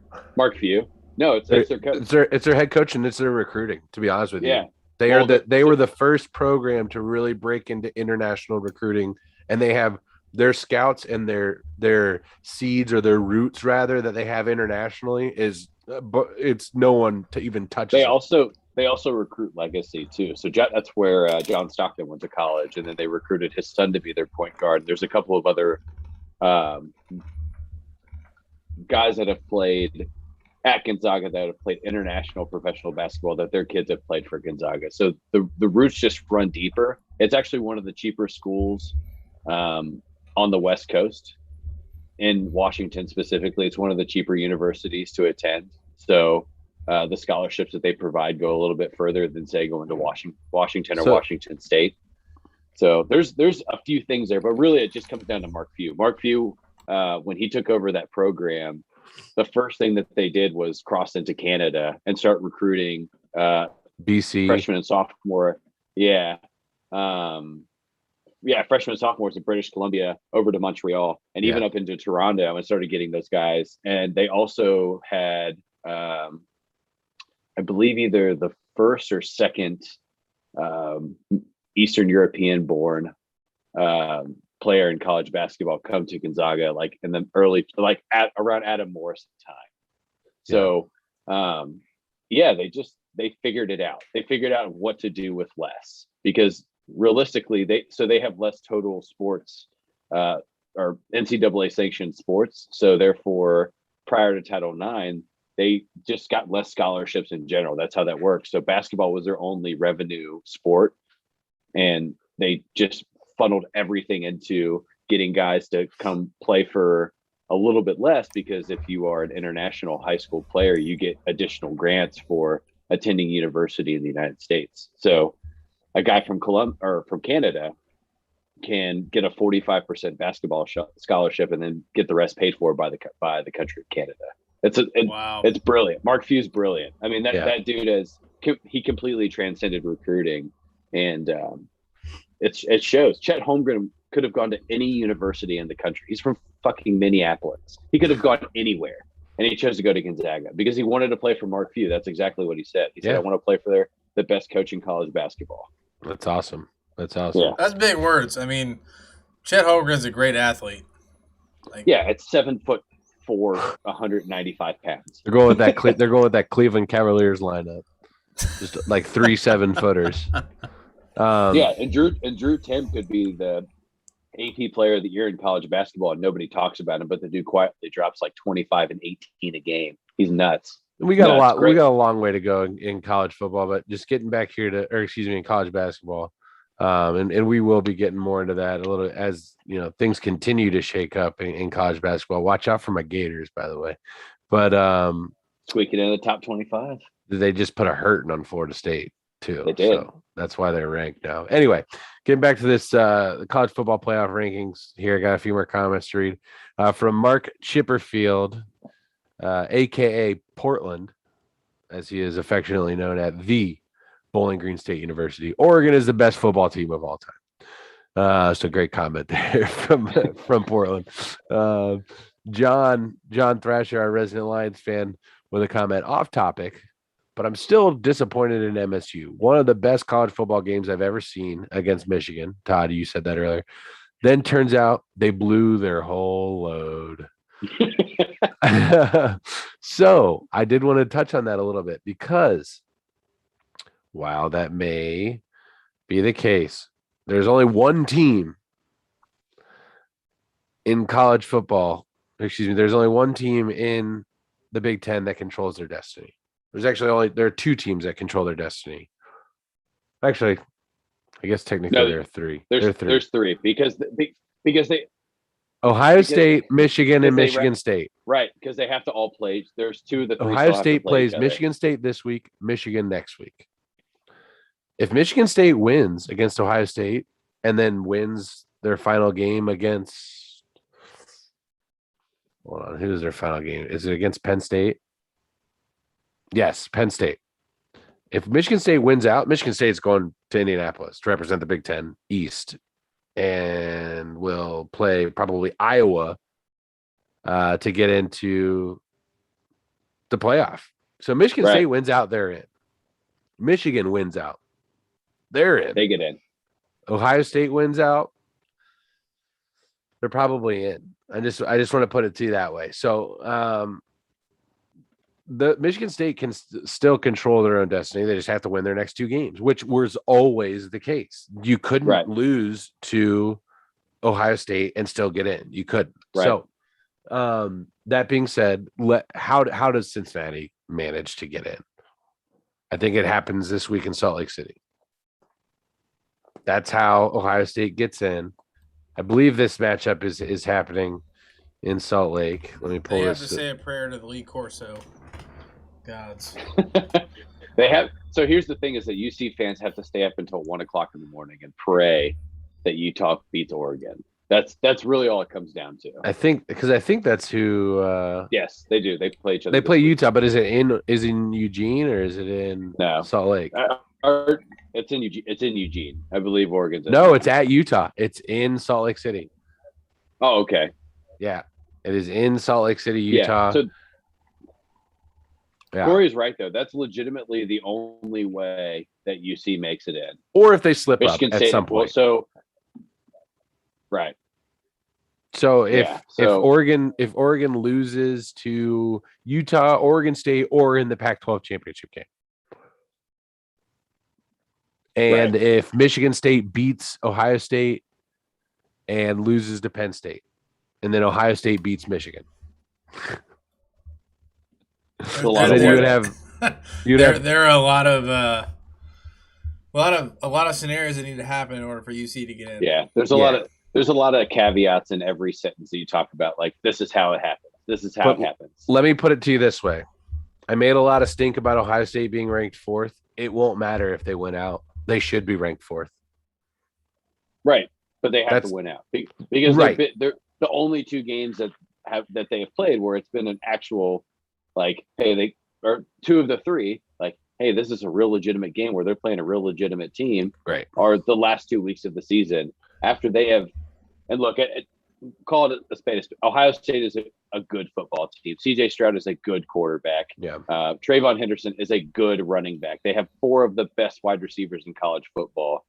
If they beat Michigan State, if they exceed the spread and then they just put an absolute shellacking on Michigan, I won't say another bad thing about Ohio State this year. They don't even have to. They just have to win, in my opinion. No, I'm just this is my personal opinion of it, right? But if they struggle against Michigan State, or they lose, or to Michigan, then so even in your opinion, even if they beat them by a field goal, you're not convinced? I'm not convinced that they're an elite college football team. No. Would they be? But if they win at all, no matter the points, if they win, do they deserve to be number 4? Yes. I'm not saying that they don't deserve the spot. I'm just saying that they don't deserve the recognition. Yeah, the recognition that all of these people are providing Ohio State when you haven't played anybody. And the only team that you have played, you lost.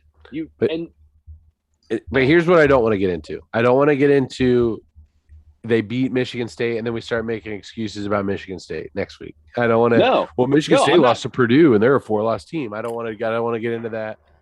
You know what I'm saying? If they win, they win, and they beat a top 10 team. So I don't think you don't get that from Bobby and I. You get that from all the people that shitpost about how Ohio State's the best program in the history of the world and that they could beat the fucking Green Bay Packers on Sunday. You know what I mean? There's people that feel that way. So those people are the ones that are going to say that.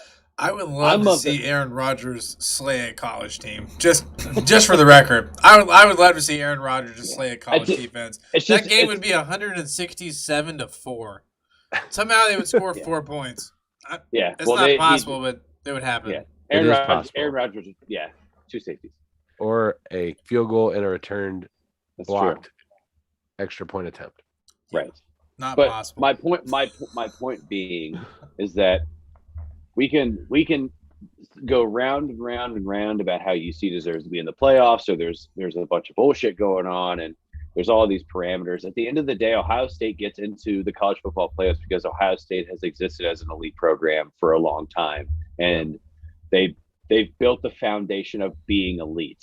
Right? Cincinnati is on the ground floor of trying to build a top tier program. We have not seen them. We've seen very small blips in the 21st century of UC becoming a good program. Yeah. So now step one was getting to play Florida, get your ass kicked, whatever. Step two, now you played Georgia last year in a bowl game. You only lose by 3. Okay. Maybe they're getting better. Yeah. Step 3, you're undefeated. You're in the top 5. You're in the top 3 in traditional rankings.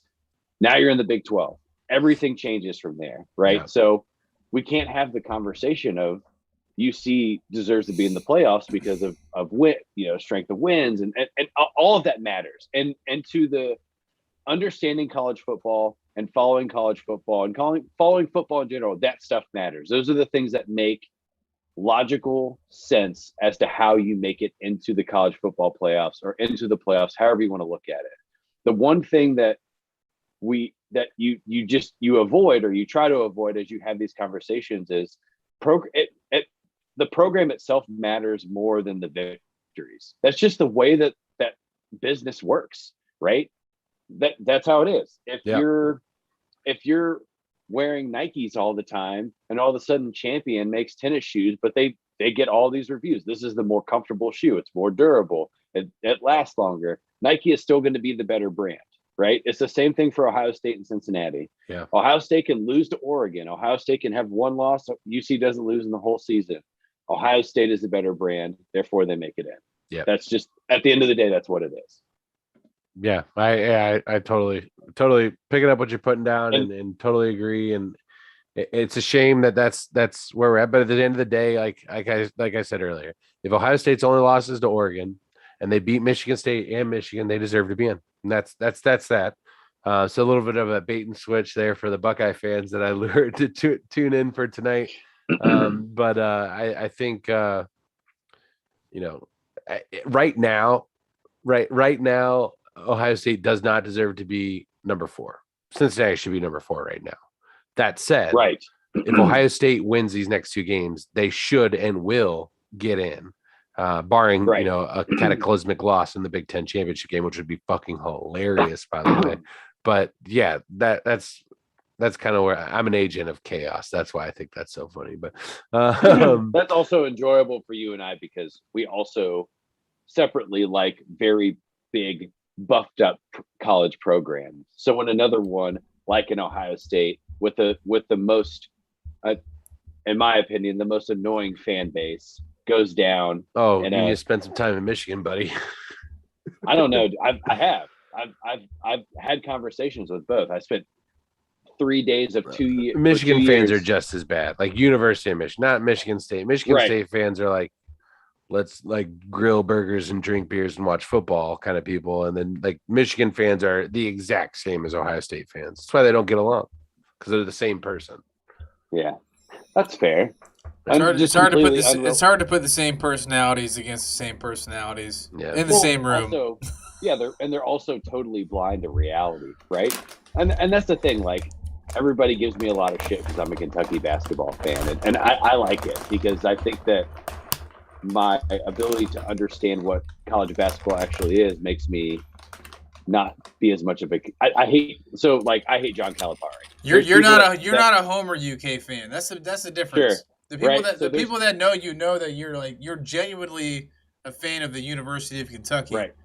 There's a group of people right now in Lexington that just had some sort of red alert go off that heard me say that I didn't like John Calipari, and for some and on my doorstep at 2 a.m. will be this group of people. Open the fucking door with tiki torches. Yeah, and candles just by asking Jan. a couple questions, but But The Viking helmet. it's so frustrating. And look, dude, living in Columbus for 2 years now, it has reaffirmed all of my beliefs of this, because my hatred burns from my dad hating them, right? So then I enjoyed hating a team with my dad, and that was fun. We would watch them, and he would talk a lot of shit, and it would make me laugh. And then I could say those things because I trust my dad's credibility and understanding of sports. So then as I got older, I could say those things and have meaningful conversations. And the fact And then that I he's moved just there. right about everything. Most things. He actually predicted the World Series 3 years in a row, Corey. That's a real thing that happened. And That's one of those insane. years being the year that the fucking Royals won the World Series. Wow. He predicted that. Yeah. I don't know. It's crazy. It's like he has ESPN or something. Throw some Yeah, money yes, down yeah. on whatever his prediction is for next year, and I promise you'll win. Yeah, please. I'm in. Yeah. Yeah. He also said the Astros would make the World Series this year. He didn't call the Braves. He said I was the just say, Dodgers if he had the would. Braves, I'd be like No, he's not. concerned. Yeah, he's that's just Jesus. right. But I moved up here, and I To get work away and from I- him. No, I'm not just from my kidding. dad. I'm just kidding. When I moved up here for work, and I started working with these Ohio State fans, and I would try to have conversations about football. It was They don't want to talk total about football. chaos. No, They want to talk about Ohio but- State. Right. And I had that conversation with a coworker of mine who I really respect as a person.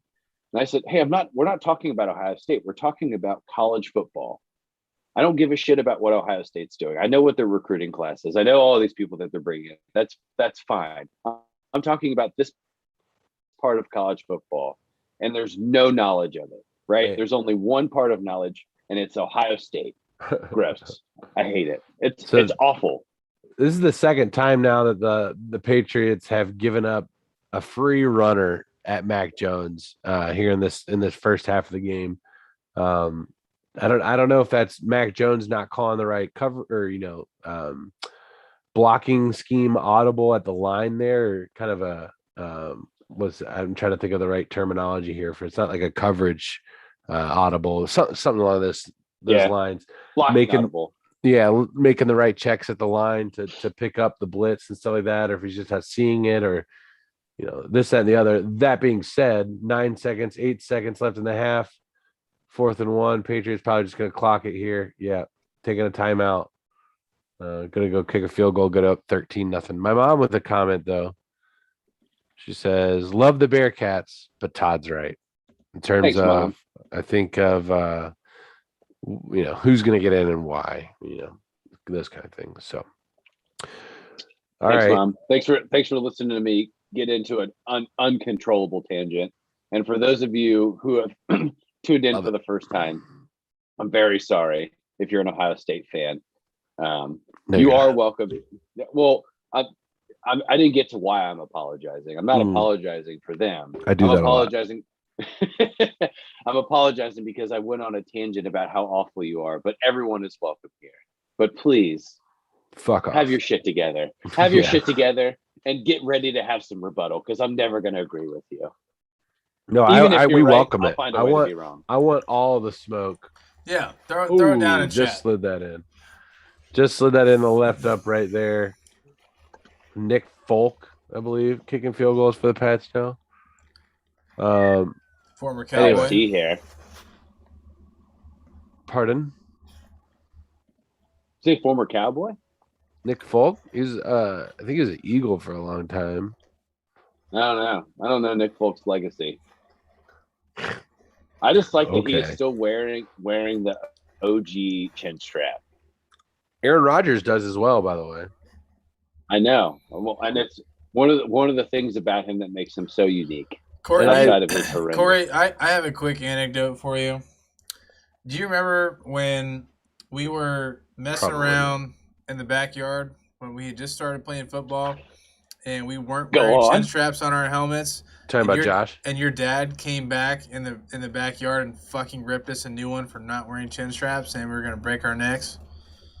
Yes, I do remember that. Fucking Randy I was- came back there and lit us up. Yeah. Like This is- with we like just got 6 our Ps. helmets. Smart. We just got our helmets. We were like, let's hit. Yep. And Then I do also remember us playing tackle football, me, you, and your brother, Josh, in your backyard. Mm-hmm. I'll see your anecdote, raise you another. Ooh. And I tackled your brother, or you and I both And he tackled bit your his brother. tongue open. Yep. Massive chunk of tongue just hanging off there. Oh yeah.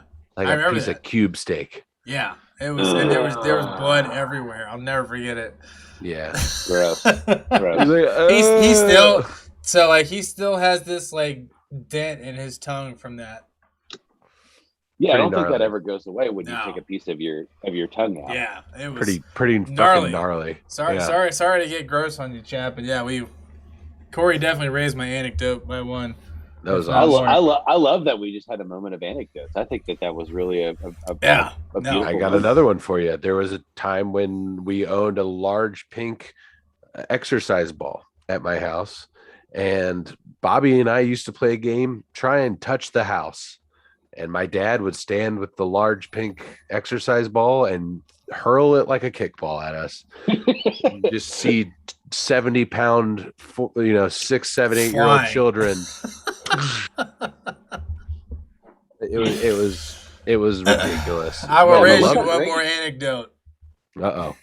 Oh God. Do you remember when your brother fucking Yep. slammed me on my face Wait, no. and basically broke my nose? No.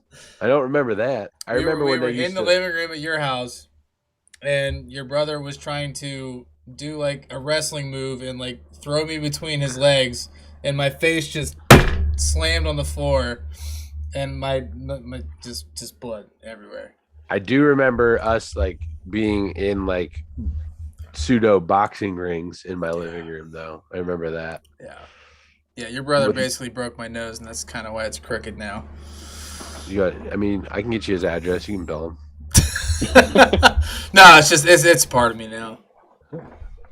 You're like Owen Wilson, Bobby. You're like a young Wow. Owen Wilson. Wow. Wow. All right, should we get into week 11? I think we should. Okay. That was just a really magical moment I just got to witness there. This magic moment. Just from the outside in, looking Sandlot at you there. boys. Yeah, looking at you boys going down memory lane together. Crazy. It just warmed my heart up.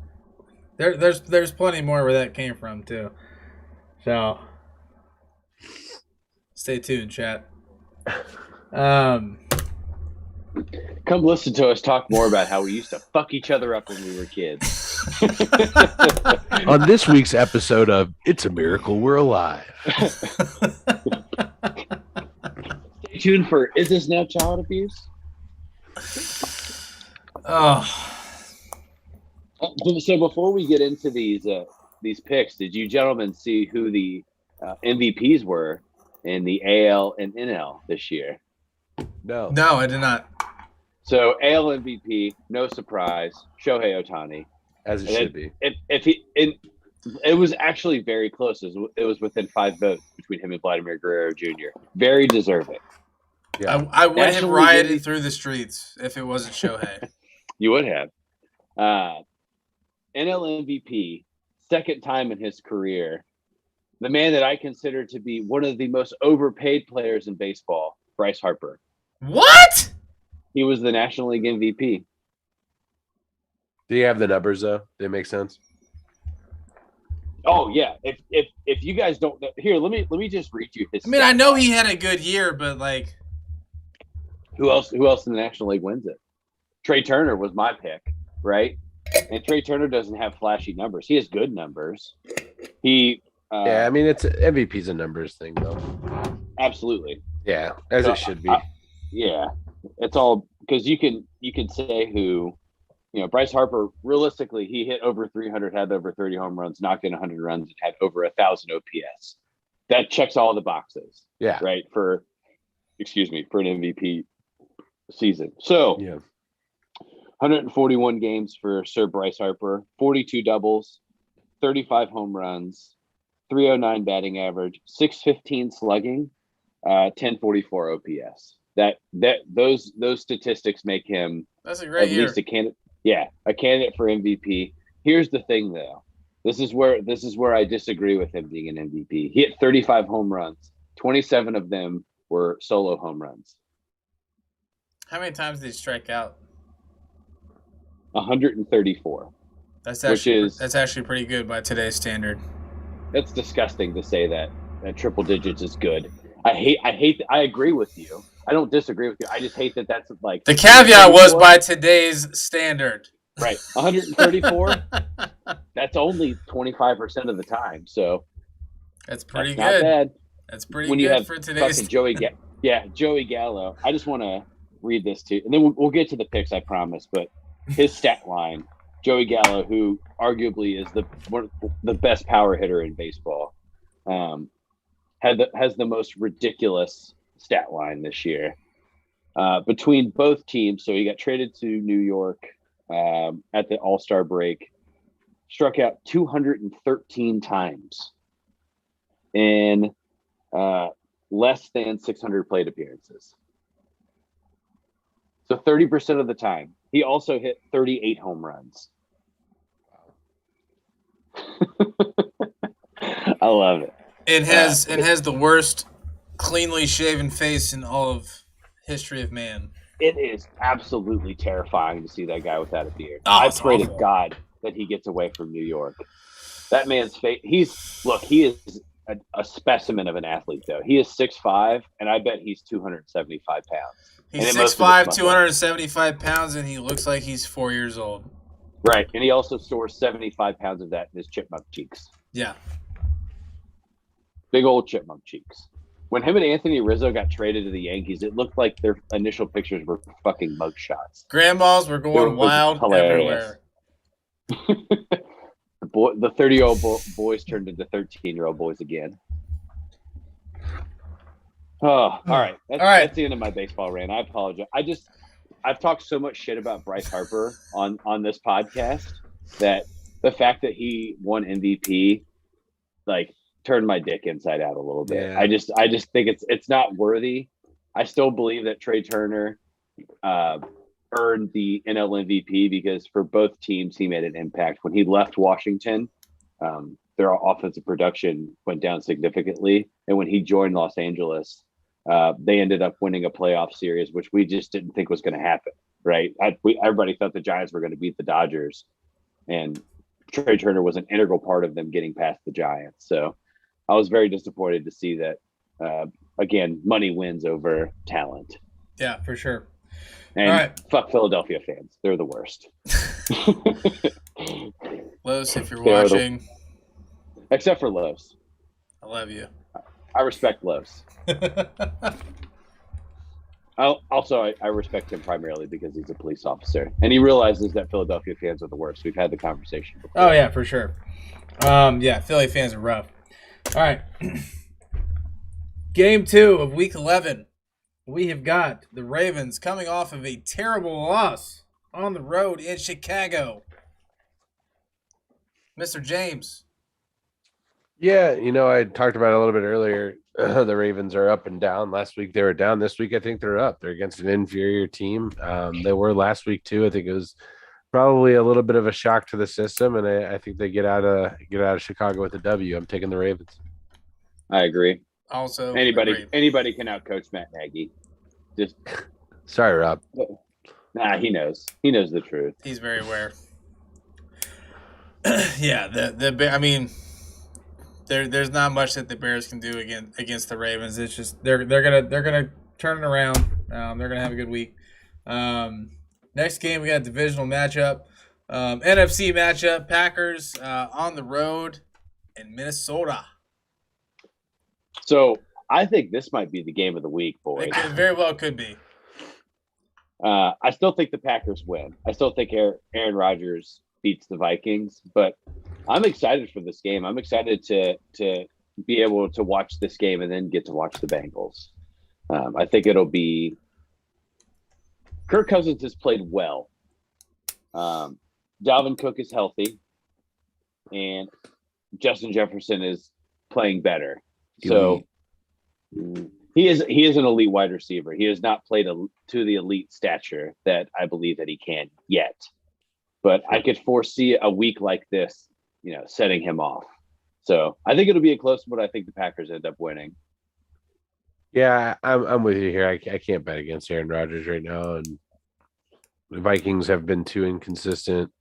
Packers have been relatively pretty good with Aaron Rodgers, so I'm going to take the Packers here. Yeah, I mean, when it comes down to Kirk Cousins or Aaron Rodgers, who you taking? Yeah. That's a no-brainer. I thought you were going to say Kirk Cousins. Sorry. Oh, no, I'm not that stupid. Both I not like to make vaccinated. bold predictions, but that's not one of them. Both Who are not you gonna take? vaccinated. Right. So on Todd's nice. best game of the week, I'm going to raise you best game of the week. Colts on the road in Buffalo. I think this is the game of the week. This is a good one. This is a good game. I still think that the Bills very, very well might be the best team in football. The Colts are good. I still believe that the Colts can make the playoffs. So here's my question to you, Corey.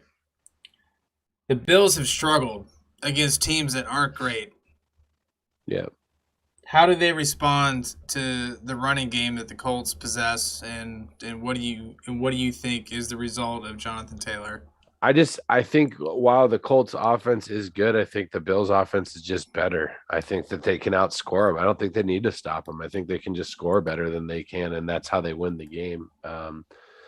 You have seen the Bills take some dips, but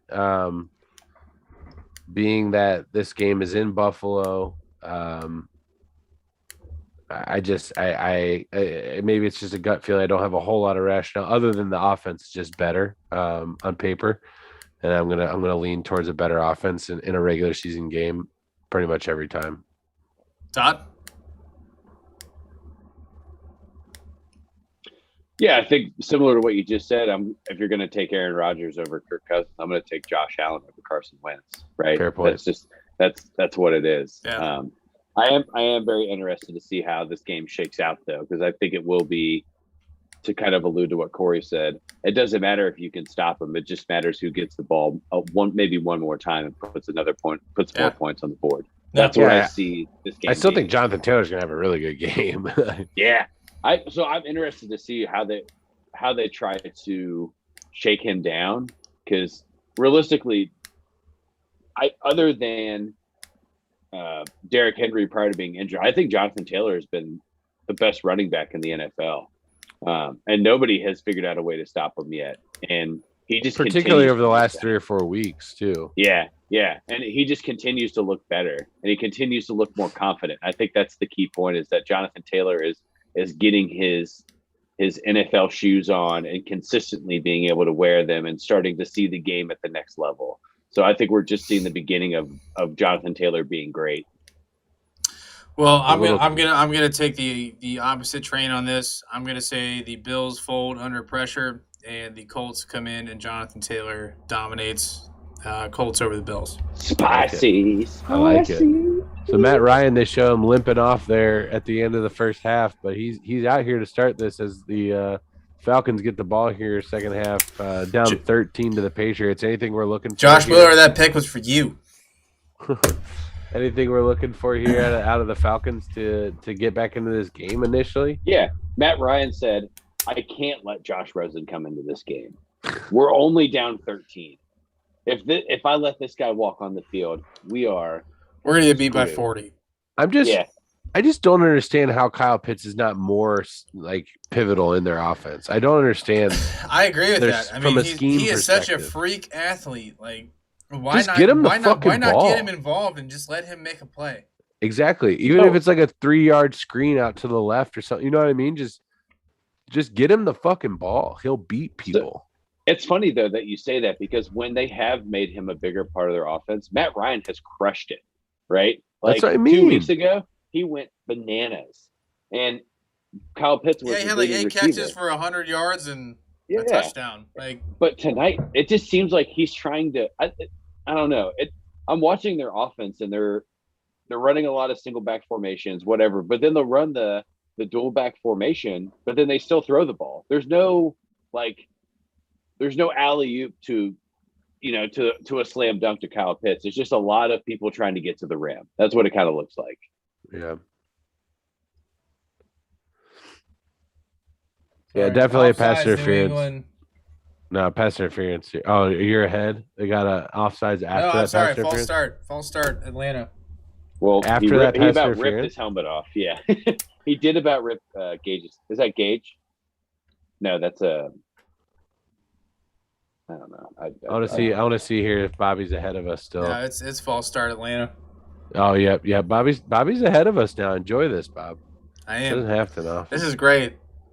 I haven't had this for 11 weeks, so. Now I'll let you guys predict the next play. Tell me what's going to happen. Once I see him line up. Nope, you can't do that. You just got to tell me what it's going to be. No, I got to see a formation. Come on. This isn't Nam, Bobby. There are rules. Am I the only one that gives a fuck about the rules anymore? All right, this is going to be a pass. You stepped over the line. Going to RPO right here. Yep, you're wrong. Draw play. Yep. That's what he Really? said. Yeah, I said RPO. Really, really bad. He bad said read pass, and then he said RPO. there. Yeah, once I saw him shift over to the right side, I changed my mind. All right, next game on the board, we got the Lions on the road versus the Browns. Do the Browns rebound this week? Todd. Yes, Baker Mayfield throws for 3 touchdowns. Baker just becomes Baker again. I don't know. I think either way, realistically, I feel confident in saying this. If you don't have Nick Chubb, Dearness Johnson is a very good fill-in. It's not Nick Chubb. You don't get Nick Chubb on the field, but Dearness Johnson played good last. He was the leading rusher and receiver last week for the Browns. Now, given the Browns only scored 7 points and looked mostly shitty, Dearness Johnson was really the only bright point in that game for them. Ran for 99, received for 58. So either way, Dearness Johnson is better than I'm assuming anybody on the other side of the ball for Detroit still. So I don't know. DeAndre Swift is making a name for himself, man. I really like DeAndre Swift. I liked him coming out of Georgia, and last year he didn't really get a whole lot out of him. But they ran a 6 running back platoon last year in Detroit. I think DeAndre Swift can be a really big name. Potentially early 2nd round fantasy pick next year coming out. I really like him. I think he's very, very versatile. He can catch the ball and move. He can run hard between the tackles. He doesn't go down easily. He's like honestly, like, dare I say, I would almost rather have DeAndre Swift than Joe Mixon. I'm just saying that. Interesting. Like, I really like DeAndre Swift. Carl Duque, thank you for the follow. Welcome to the Rallytown community, sir. Thank you. What's up, Carl? Corey, I actually like. Yes, I agree with you. I think DeAndre Swift has a ton of upside. I just think he's on the wrong roster. No, 100%. 100%. And he's a piece that they can build around. You have a running back on a rookie contract.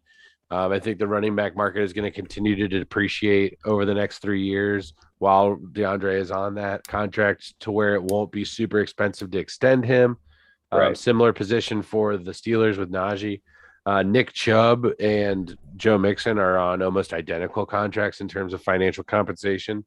But in terms of this game, Lions, Browns, it's almost one of two ways where like the Lions could the Browns are kind of trajectory after that bad beat against the Pats. Like, do they just wallow in their pity or do they come out and smack them? Do the Lions get their first win, major upset? I will be rooting for them, like crazy in this, 1 p.m. matchup time, but no, they don't. The Browns are going to win this one. Let me ask you this. So we're talking DeAndre Swift. Let's talk about Jeff Okudah real quick. Yeah. What happened? Why? So, I mean, if you watch his highlight reels in college football, he could cover anybody, and he could cover 2 people, and he's his own corner. He's his own corner. Yeah. He's his own corner. And if you don't know who we're referring to, Jeffrey Okudah was the number 3 overall pick the same year that Joe Burrow was selected. So he's this is his 2nd season. Same year that DeAndre Swift was selected, right? Yeah. DeAndre Swift was taken in the 2nd round. So let me just put it to you this way. If you're selecting in the top 10, there are basically 3 options that you have for selecting in the top 10 to give your your potential player success. Left tackle, quarterback, edge rusher. That's pretty much it, right? If you're selecting anything other than that within the top 10, you're putting an enormous amount of pressure on that individual to succeed. Let me give you some examples. TJ Hawkinson was selected 8th overall as a tight end.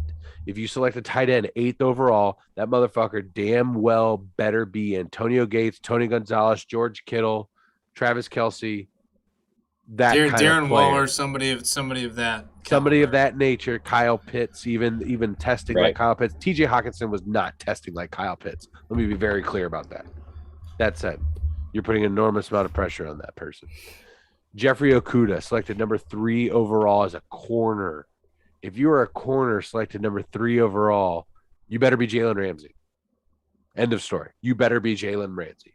You better be potential Hall of Fame, top 5 in the NFL type corner. Oh, for sure. That's what you better be at number 3 overall. I'm sorry, like you didn't ask to be number 3, but from a fan standpoint, looking at my organization drafting that person there, that's who you better be. Yeah, so you have to be the most elite, right? You have to be the reason that your team wins on the defensive side of the ball. Exactly. Right. Jalen Ramsey is one of those. Circle this back. Lions, Browns. Hold on. He asked me about Jeff Okudah, so I'm getting to what happened to him. I promise. Jeffrey Okudah was drafted by an organization that ran a man coverage corner scheme. Jeffrey Okudah is not successful in a man coverage corner scheme. He's primarily a zone corner at Ohio State, and you're seeing it happen. He was you're seeing where he got beat a lot last year. He had some injury spells as well, and not only that, but as a rookie, his head coach unfortunately was Matt Patricia, and Matt Patricia was fraudulent enemy number 1 until this season when he is no longer a head coach. So that's my take on Jeffrey Okudah. A bad situation. He went to a scheme that didn't fit what he was able to do. I could see him moving to a safety, potentially being a safety at some point in his career. I don't think he's done. He's probably got a lot of talent still left on him, and as long as he's got the mentality and the motivation to keep trying this NFL thing, I think Jeff Okudah could potentially be a pretty good safety in this league. So it's just more of mismanaged talent than anything. Yeah, I think so. Misevaluate. Like if you talk to anybody else, no one else was evaluating Jeff Okudah at number 3 overall. There's no one else that would have taken him that high. Oh no, I remember when he got drafted. There were a lot of people that were very perplexed. Yeah, so Twitter blew up when Okudah was taken 3rd. Yeah, laughing at Detroit. So no, I just wanted to hear your perspective. We never talked about him, so I just wanted to hear what you thought. No, yeah, for sure. And Bobby, like I said, I'm taking the Brownies here. Yeah, we all got the Brownies in this one. I think they rebound. The Lions just aren't good. Steelers shouldn't have lost to them last week. I guess they didn't lose, but they didn't win. So, next game on the board, we got the football team on the road versus the Cam Newton-led Carolina Panthers. I got the Panthers in this one. I don't know what to think anymore. Washington beating Tampa Bay completely. I got the Panthers. I think Cam Newton is back home. I think they roll. Hey, that defense is playing hot too. Let's be very clear. That defense is playing good. Back to where they were at the beginning. And you have the football team minus Chase Young, and I think that's a huge impact on the defensive side of the ball there. A big reason why I think they were projected to be a top defense this year. They didn't show that for most of the year. They showed it in a few games, but without Chase Young, I don't think that defense is anything. Yeah. You also Christian McCaffrey's back, right? Yes. That makes a huge impact. I mean, it made an impact on their offense last week. So I agree. Yeah, I think that's right. I think that's an easy one for us this week. Next game we got on the board, we've got the Houston Texans and Tyrod Taylor on the road versus Ryan Tannehill and the Tennessee Titans. This is my easiest pick of the week, Titans. They're going to absolutely steamroll the Texans. Texans, I think, still end up with the first overall pick this year. I'm going to say that every week until I'm proven wrong. Yep, for sure. Moving on. Next one shouldn't be too terribly difficult either. We've got the 49ers on the road in Jacksonville. 49ers should go into Jacksonville and take care of business. There's no questions. Yeah. The 49ers are just better. That's it. Yeah. Yeah, The the real Jacksonville question is, Jaguars aren't a good football team. So I'm sorry. Yeah. Will Brandon Ayuk finally catch more than 2 passes? Stay tuned. Here's One of the the most will he most- catch or drop more passes this week? What's the No, I want to see the over under. Do they have an over under for receptions on Brandon Ayuk right now? They have to. That dude, he has stone hands, and he runs some of for the being worst a routes I've receiver, ever you seen. can't have hands like that. Well, and he also just runs bad routes. He's kind of a guy that I think that has just always been the most athletic guy on the field. And last year, being a rookie, it just worked in his favor because he was just fast. And now every defensive back that covers him just doesn't give him any space, right? They block him up on the line, and then he doesn't get the opportunity to expand. I So agree. I'm not getting I any player agree. props right now, but All right, let you know. next game is going to be. I think this is a tough game to pick. I think it's a coin flip. We've got the Miami Dolphins on the road in New York against the Jets. This is a coin flip. Who do we got? Tua or Jacoby? As far as I know, it's Tua. Yeah, that's my understanding as well. Also, Jacoby Brissett got hurt last week, so I don't even know if he's available. Yeah, I'm 95% sure that Tua is going to be getting the start this week against the Jets, led by Joe Flacco. I'm taking the Dolphins. I got to hit the head real quick, but I'm taking the Dolphins. Yeah, I will also feel very confident in taking the Miami Dolphins in this game. I think Joe Flacco. I'm going to take the Jets at home. I think Joe Flacco's got something to prove, that he's not washed up. I think he's going to come out. I did also pick him up in fantasy this week, so you're playing it into you're willing it to fruition. I'm willing it into existence in that positive mindset. I like it. I am taking Joe Flacco and the Jets, so I like it. I will be different again on this pick. Be brave and be different. Well, I mean, Todd, we got to do something, man. We got to be different than Corey in some way. This is one game where I'm willing to take that opportunity because I honestly think it's a coin flip. Yeah, that's fair. Somebody's got to take him down. It's got to be me or you. And yeah, I'm looking forward to hosting you guys for a nice home cooked meal. That's where I'm at this point. Yeah, I'm still looking forward to it. I was actually discussing the mix last night and how I made it for you and Mary, and how it was close to the original. Not the same, but close. It's an incredible beast within itself. Talking about me? Yes. Yeah. Well, here's your the thing that you did miss is that Bobby took the Jets.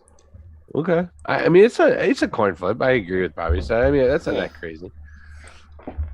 He's just being strategic at this point. Yeah, I mean, somebody's got to beat you, and the only way to beat you is to be different. So you took a couple opportunities last week on your own.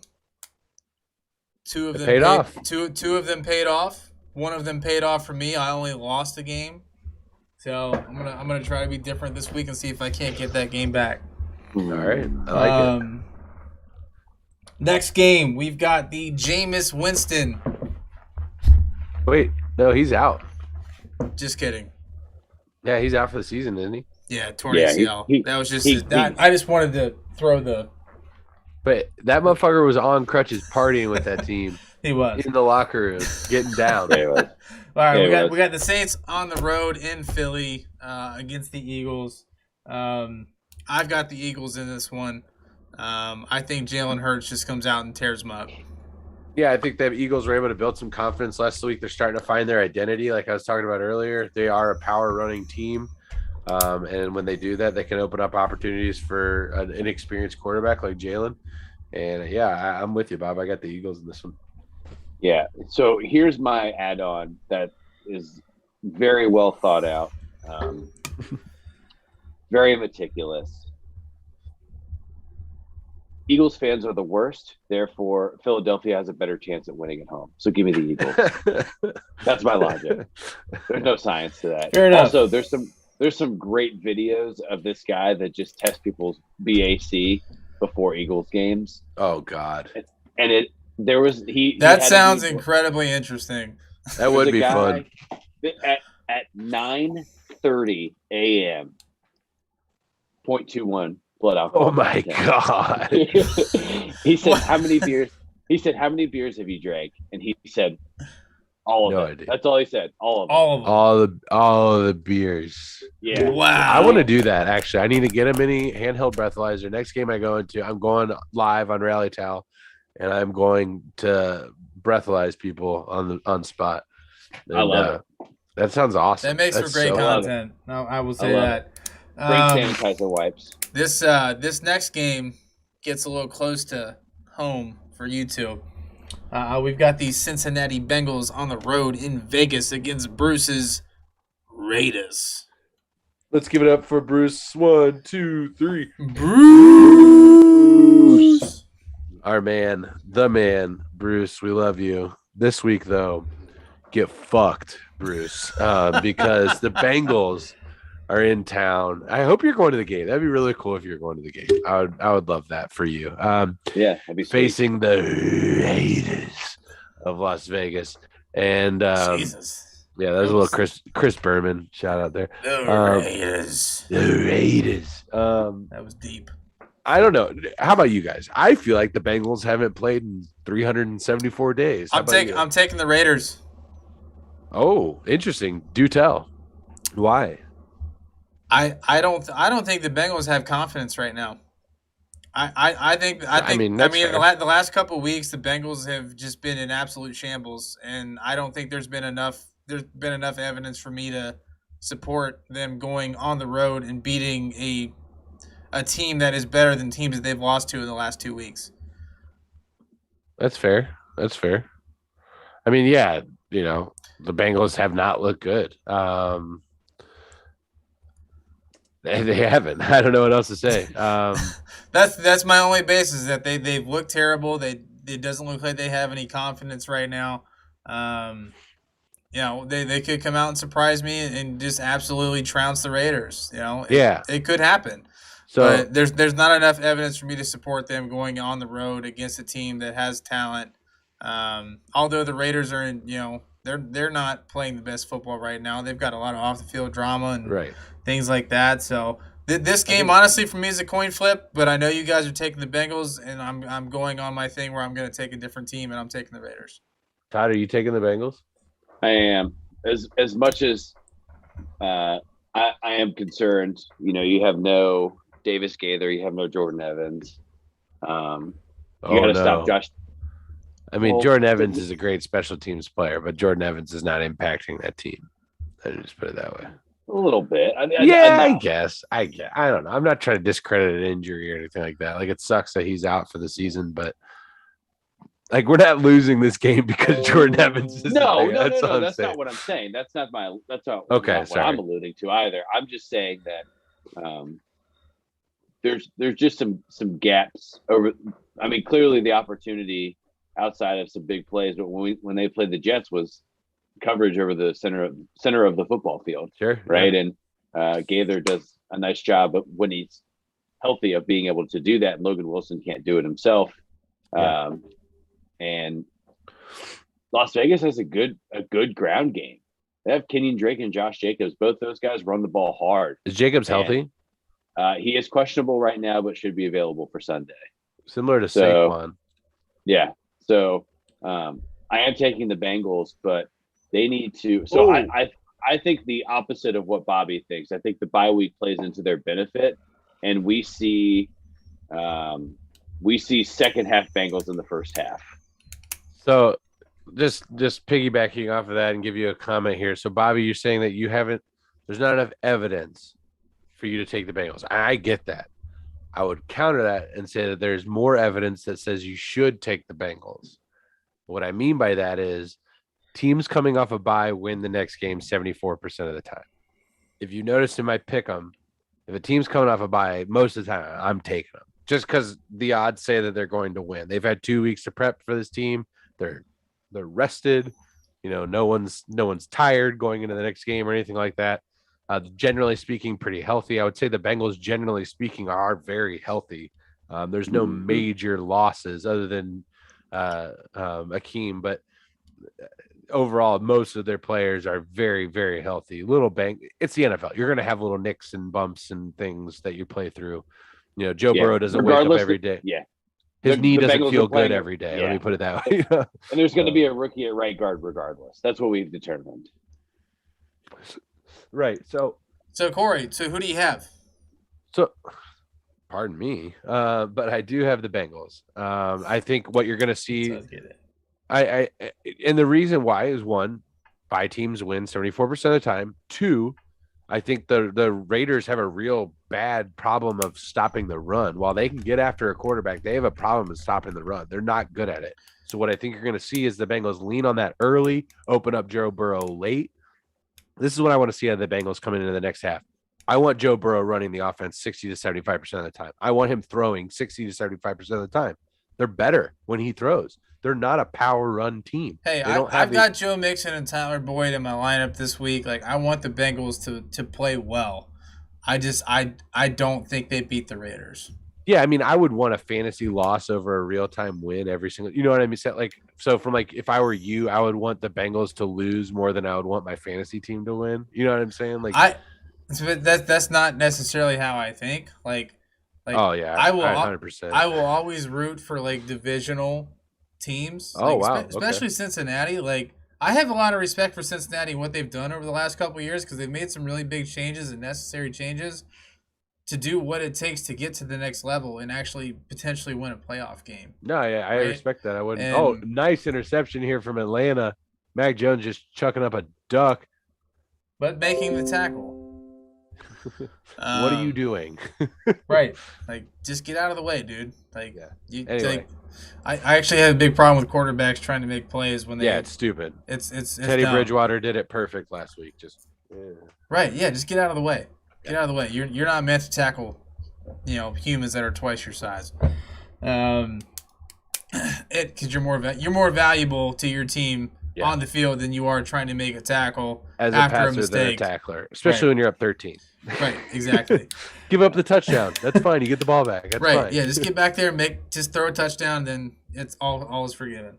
But yeah, I appreciate those sentiments. I think I can, that's a unique perspective from me. I'm a selfish fan and I always root against the division rivals, but the only division rival I will not root for is the Ravens. That makes sense. I do not like the Ravens. Out. I do not like the Harbaugh brothers. I think they are the biggest frauds on the planet. Hey, outside of Pete like Carroll. John Harbaugh.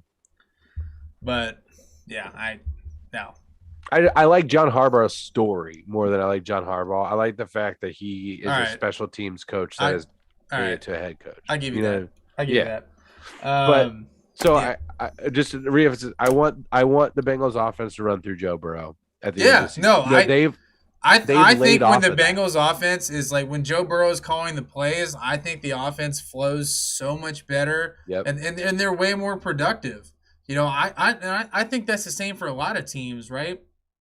I think the offensive coordinator positions almost should be obsolete. Well, Zach Taylor calls the plays. You know what I mean? I don't think offensive coordinators should be in football. Just I don't think coaches should I don't think coaches should call pitches in baseball. I think the catchers and the quarterbacks should call games.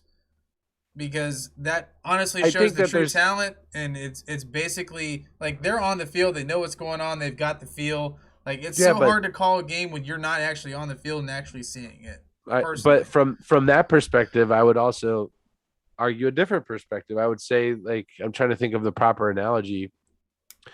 When you're too close to a situation to really understand what's happening, when you step back from a situation, look at it from a bigger perspective, that's the advantage that an offensive coordinator, particularly one that sits literally up above the field. And I think that is a great perspective to have, and I think it would be beneficial to have that feedback. But I ultimately think that the quarterback should call the game. I agree, but at the same time, I think the job of the offensive coordinator or head coach or whoever's in charge of play calling is saying, all right, based on down and yardage, based on what they've done, here's 3 plays that we have. You pick one of the 3. That's how I see it. It's a I collaboration. think they narrow it down for them. I agree with that. I agree with that. It should be a collaboration. But honestly, but to your point, I think the guy on the field should have the ultimate call. Yep. And he does. I think Joe Burrow does. I think Ben Roethlisberger does. Lamar does. I think at the end of the day, the quarterback can audible. He can check out of anything into something else or call a timeout. He can do whatever he wants to do. But I think that's the thing that made Peyton Manning great. Oh, 100%. Because 100%. He ultimately made the call. Like he would get a play in his head, say like, "Nah, fuck that, we're doing this," and then they'd run it and he'd throw a touchdown. Another we're using this word often tonight. It's the word of the night. This broadcast is brought to you by the word anecdote. Quick anecdote about Peyton Manning. I saw a video. You guys know Jeff Saturday, longtime center. I'm not sure if he's in the Hall of Fame, but he probably will end up in Canton. Longtime center for the Indianapolis Colts under Peyton Manning, Jeff Saturday. There's a video of Peyton walking up. Jeff Saturday makes a comment, "We need to run the ball." And Peyton walks up to him and says, "How about this? How about you be the fucking center and I'm going to be the fucking quarterback? How about that? How about you do that and I'll do that? How about that?" And just gets right in his face and just tells him, "Listen, shut the fuck up. Do your job. I'm going to do my job." Keep him off of me, and we're going to win this football game. And Jeff Saturday and Peyton Manning are probably fucking boys. Peyton had his hands underneath his nuts for a better part of a decade, so I would say they're probably pretty close.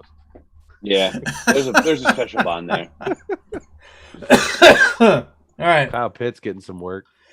Next game on the board, we got the Cowboys on the road versus the Chiefs that came off a great win. Todd, who you got? Oh, on the spot. So nervous. Yeah, I love it. I love that you're going first. Oh, boy. If you want me to lead off, I will. No, it's okay. I don't know who I'm taking. So, Kansas City's hot. I love me some Dak Prescott, but I just think the Chiefs are a better football team. And I'm going to take the Chiefs.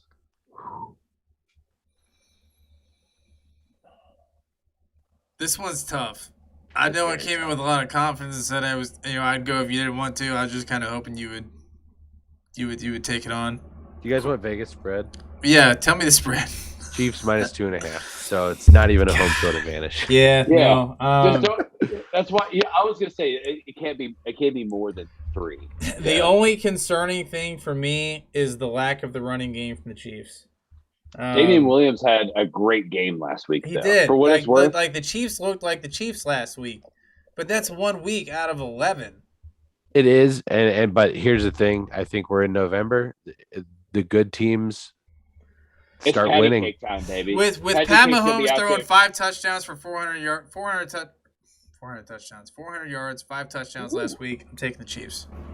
That boy's gonna make the damn donuts. Pick the Chiefs. I'm with you too, man. I'm taking when I don't know, I go Vegas and they're favorites. I'm going to take them. Yep. But like I said earlier, the Chiefs are a team that can turn it on, and now's the time to turn it on. November, December. They have to. This is when they have no option but to turn it on. I mean, Mahomes got that contract. We're gonna forget all about the Chiefs' start to the season in about 3 weeks. Yep, you're probably right. I agree. You're right. All right, this one should be an easy one. We got the Cardinals on the road versus the Seahawks. It's not an easy one because we don't know if Kyler Murray or Colt McCoy are going to play. They haven't said who's going to start yet. And who is the third string quarterback for Arizona? Matt Schaub. It used to be Josh Rosen. Yeah, Matt Schaub. Chris? Hold on. Falcons going for it here on a 4th and 1 down 13. Handoff. He gets it. That's a first down. Oh, wait. No, he doesn't. No. They're going to mark him short. Where was the line to gain? The line to gain was at the 15. He comes up at the 14. This is going to be a turnover on downs. Did not reach the line to gain. Third string quarterback for the Arizona Cardinals out of South Dakota University, Chris Streveler. Oh, yeah, Mr. Streveler. Of course, yeah. Similar to Daddy Long Neck himself, Davis Mills. Who the fuck is that? based on that, based on not knowing who the starter is going to be, I'm going to take the Seahawks. Ooh. The devil you know is better than the devil you don't know. I'm taking the Cardinals. I have confidence that Kyler Murray is going to come out this week. If he does, then I'm wrong, but I don't know that he is going to play. I'm taking the Cardinals. I don't have a lot of confidence in Russell Wilson. I think he's still struggling to come off that hand injury. And the Seahawks haven't done enough this year to impress me. So here's another caveat here, fellas. DeAndre Hopkins also might not play. Oh, I mean, there's the odds are not stacked up. Chase Edmonds is out. Right. It's just James Conner, Christian Kirk, and AJ Green. That's and what you got. Rondale Moore. I'm still taking the Cardinals. Holding strong. I'm going to take Seattle. I'm going Okay. to take Seattle. And look, I'm with Corey. I'm willing to take the L if Kyler comes out. But if what's his name, Chris Streveler, if that guy laces up and Russell Wilson doesn't beat him, I am very concerned for Russell Wilson. Seriously. Like that is a game handed to him on a silver platter with a golden spoon. This divisional game, I'm going to call my Yeah. shot, and I'm going to tell you this is a game that Pete Carroll blows. 100%. Ooh, Dirty Pete and the boys. I mean, you're so biased on that. I am 100%. 100%. Mark my words. If I'm wrong Tuesday, I'm wrong, and I will eat it. I like that his passion for hating Pete Carroll just completely shadows and rejects his logic that's going on. Yep. Because you know in his head he's like, I gotta take the Seahawks. They can't. Kyler Murray. I should no take Colt the McCoy. Seahawks, but I'm No. not. I'm taking the Cardinals. Fuck Pete Carroll. Give me the Cardinals. I like it. All right, next like game on the board. This one hits close to home for me. The Pittsburgh Steelers on the road in San Diego. I'll against the take this one Chargers. first. All So right, let's hear it. Brandon Staley is a great coach. I think that. No, I'm just kidding. I still think I don't think that. I still think the Chargers win though. Okay. I think that the Chargers bounce back after a couple of really 2 weeks in a row of just some lackluster football. But I think in their heart of hearts in prime time, I think they beat the Steelers here. I just don't see. I don't know. I just don't see them losing at home in prime time. Is Ben playing? He is playing this week. Yeah, he is playing. But TJ Watt also is questionable still. Yeah, I mean if Lower TJ leg Watt's, hip injury. I'm gonna take the Steelers in this one. Actually, I think they've continuously been playing better football when Ben is there. At least last week was a dumpster fire with Mason under the center. So if Ben's playing, I feel a lot better about their. So why didn't offensive Dwayne production. Haskins play last week? You know, that's a question that I'm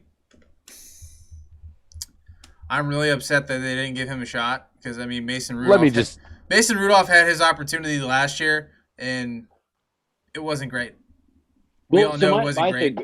Sure, and here's my thing. I don't think Dwayne Haskins is the answer. I'm not saying that, but I think he's better than Mason Rudolph. I don't know. If he was, he'd played.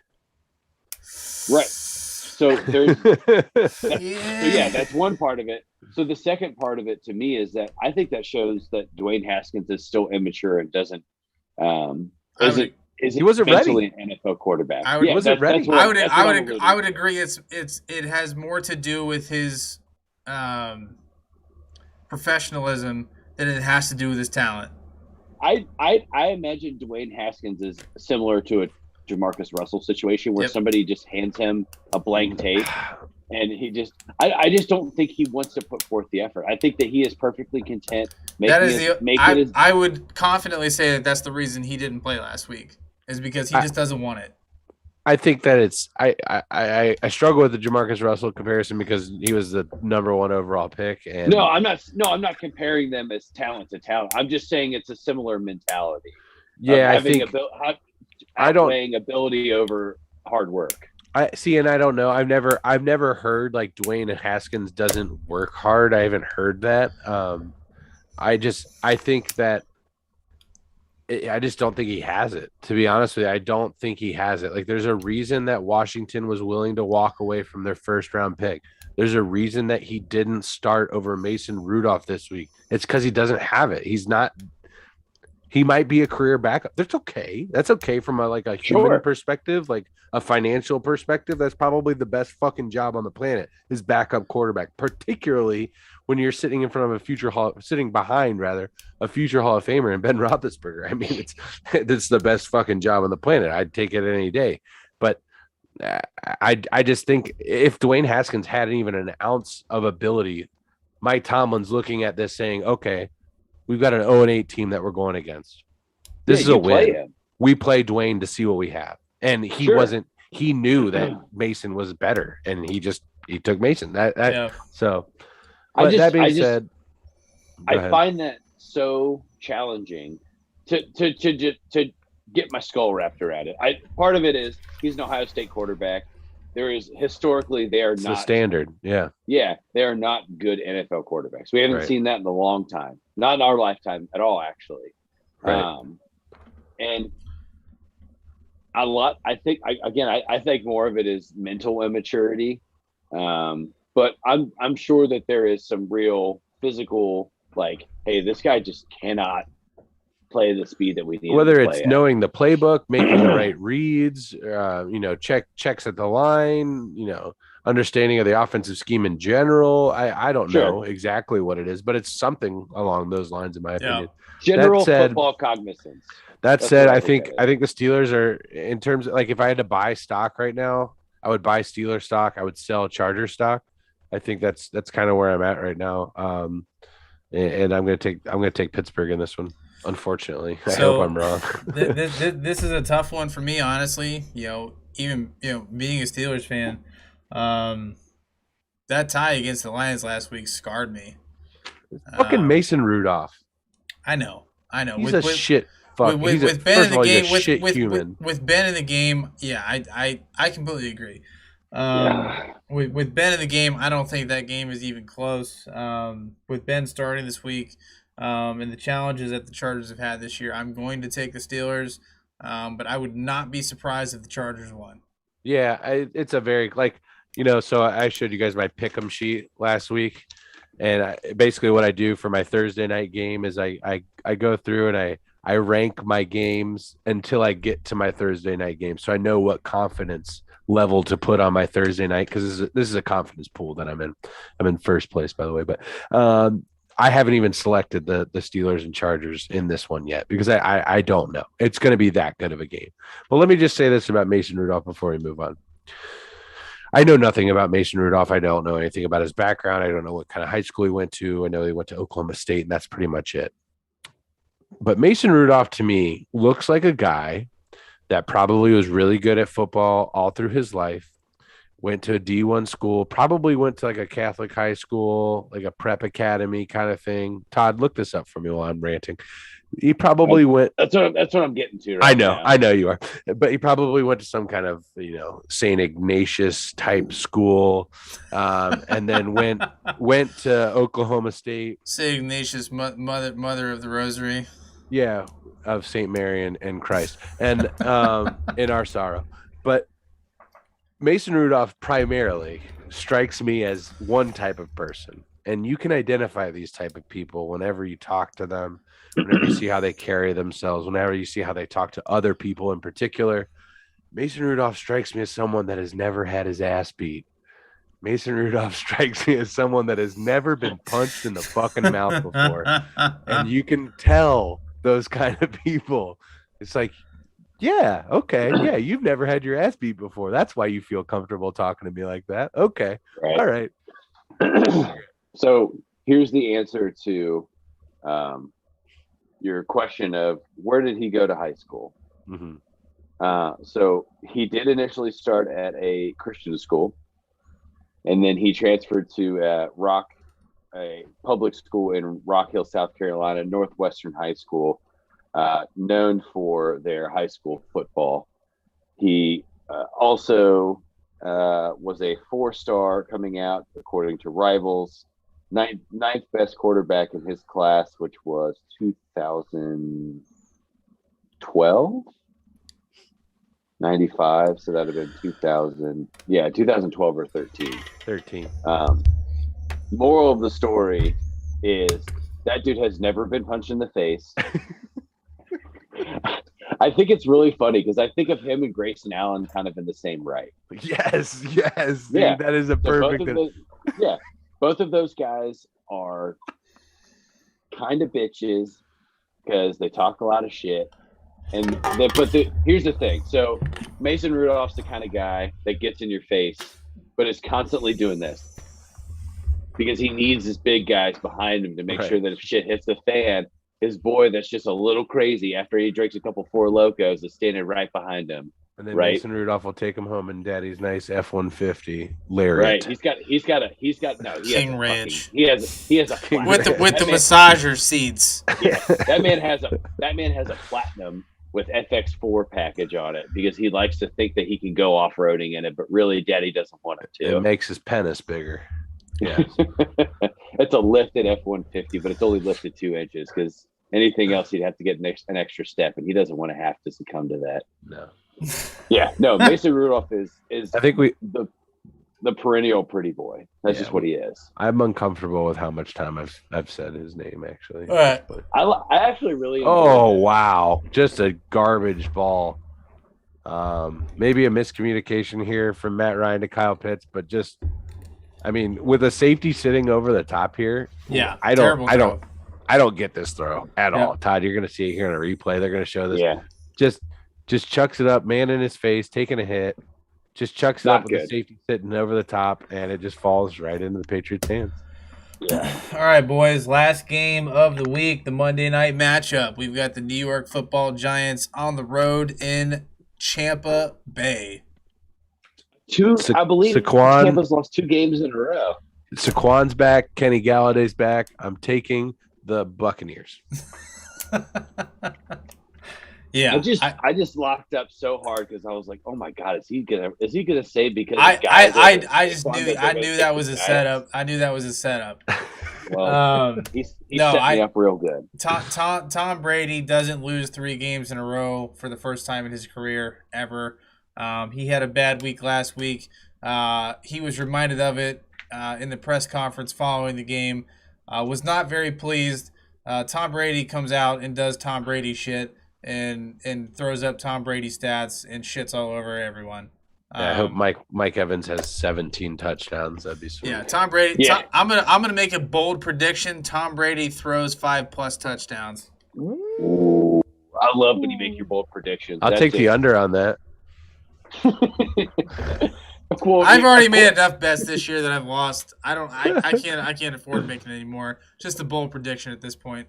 Kenny Galladay over 25 yards. No, he gets hurt on the first series. Oh my god, come on. I have no faith in that dude staying healthy. Dude, I honestly don't, man. My fantasy roster on one of my leagues, Todd, honestly, I take it you got the Buccaneers. Has AIDS. Dude. On one of my rosters, I had Calvin Ridley and Derrick Henry. And Saquon, Nick Chubb. Kenny Galladay, Will Fuller. Who else is on this fucking disaster? Russell Wilson was on it. Yeah, somebody shit in your throat. Sorry, bud. Yeah, big time. Oh, Aaron Jones. Let's see here. Yeah, it's just a whole lot of not fun. Oh, and then Bobby Trees, man. Bobby Trees. That really we didn't even talk about his injury and the OBJ acquisition. No. Well, they're not playing this week, so. Yeah, but. Oh. That concludes our Week 11 pick 'em. Yeah, week 11 picks are in the books, chat. We've got the Patriots up 13-0 on the old Falcons. I gotta say, fellas, I think this was one of the most exciting conversations we've had talking about picks. Oh, and the longest I've ever talked about Mason Rudolph. Yeah, ever in my sure. lifetime. Yeah, without question. The fact that we spent more than 10 minutes on Mason Rudolph is more than he deserves, honestly. And now all I want to do is just punch him in the face. That's kind of where I'm at. Is there anything he can do to change that? No. No, Just talk about no, your I don't think face. so. It's your face. Anything I could do to just change the way you feel? Rob, Is that an other guy's reference? Rob Riggle. No, Step Brothers. Oh, Step Step Brothers. Brothers. That's right. Yeah. Will Ferrell. No, it's John C. Riley. Will Ferrell to Rob Riggle. Yeah. Oh, that was John C. Riley. Anyway, No, okay. Will yeah, Ferrell to you're Rob right. Riggle. You're right. But Oh. but yeah, Chad, if you guys don't have anything else, I think we're done. I think we're good for the evening. You can look at my eyes and tell that I'm you're tired. I'm done. But no, please. Yeah, you're watching the kiddos by yourself, right? Yeah, Katie's in Montreal, so I'm solo dad. Not to mention I for unfortunate circumstances I've been in Cincinnati on Friday. Drove down Thursday night, back Friday, then drove back down Monday night, back Tuesday. Just been in the rigmarole. That's a long drive, man. I've done it. I used to have to do it twice a week from Columbus, and that was exhausting. So I completely get it. Obviously, chat doesn't know why you were down there, but we do. Hopefully you got to spend some quality time with those involved. But, Yep. Yeah. Appreciate that. Yeah. So we will be back Tuesday night in full force. We had a couple things, life things happen this week. We weren't able to go live Tuesday, but we will be back. Who knows? We might surprise you with a weekend stream this week. Who knows? We'll see. I would love for that if we can swing it on like a Saturday night, something like that. I think even Sunday night football. We'll see. Is there a game that you're interested in watching on Sunday night, Bobby? I don't know. I mean, it could be. We'll see. We'll see. But no, we definitely want to try to get some more content out to you guys. I know once a week's kind of tough for you guys to get in here. Basketball especially is with being coming during the week. So we're gonna do our best to get live. More than 2 days a week. I know this week was only one, so we're gonna do our best to get out there to you a little bit and put more of our faces in your faces. Did you see that? That was Young Thug? Young Thug. Oh, okay. Yeah. Anyway. All right, chat. Peace out. out. Love you guys. Thank you so much. Have a great night. Thanks for stopping in. Catch you next time. Little mollywop.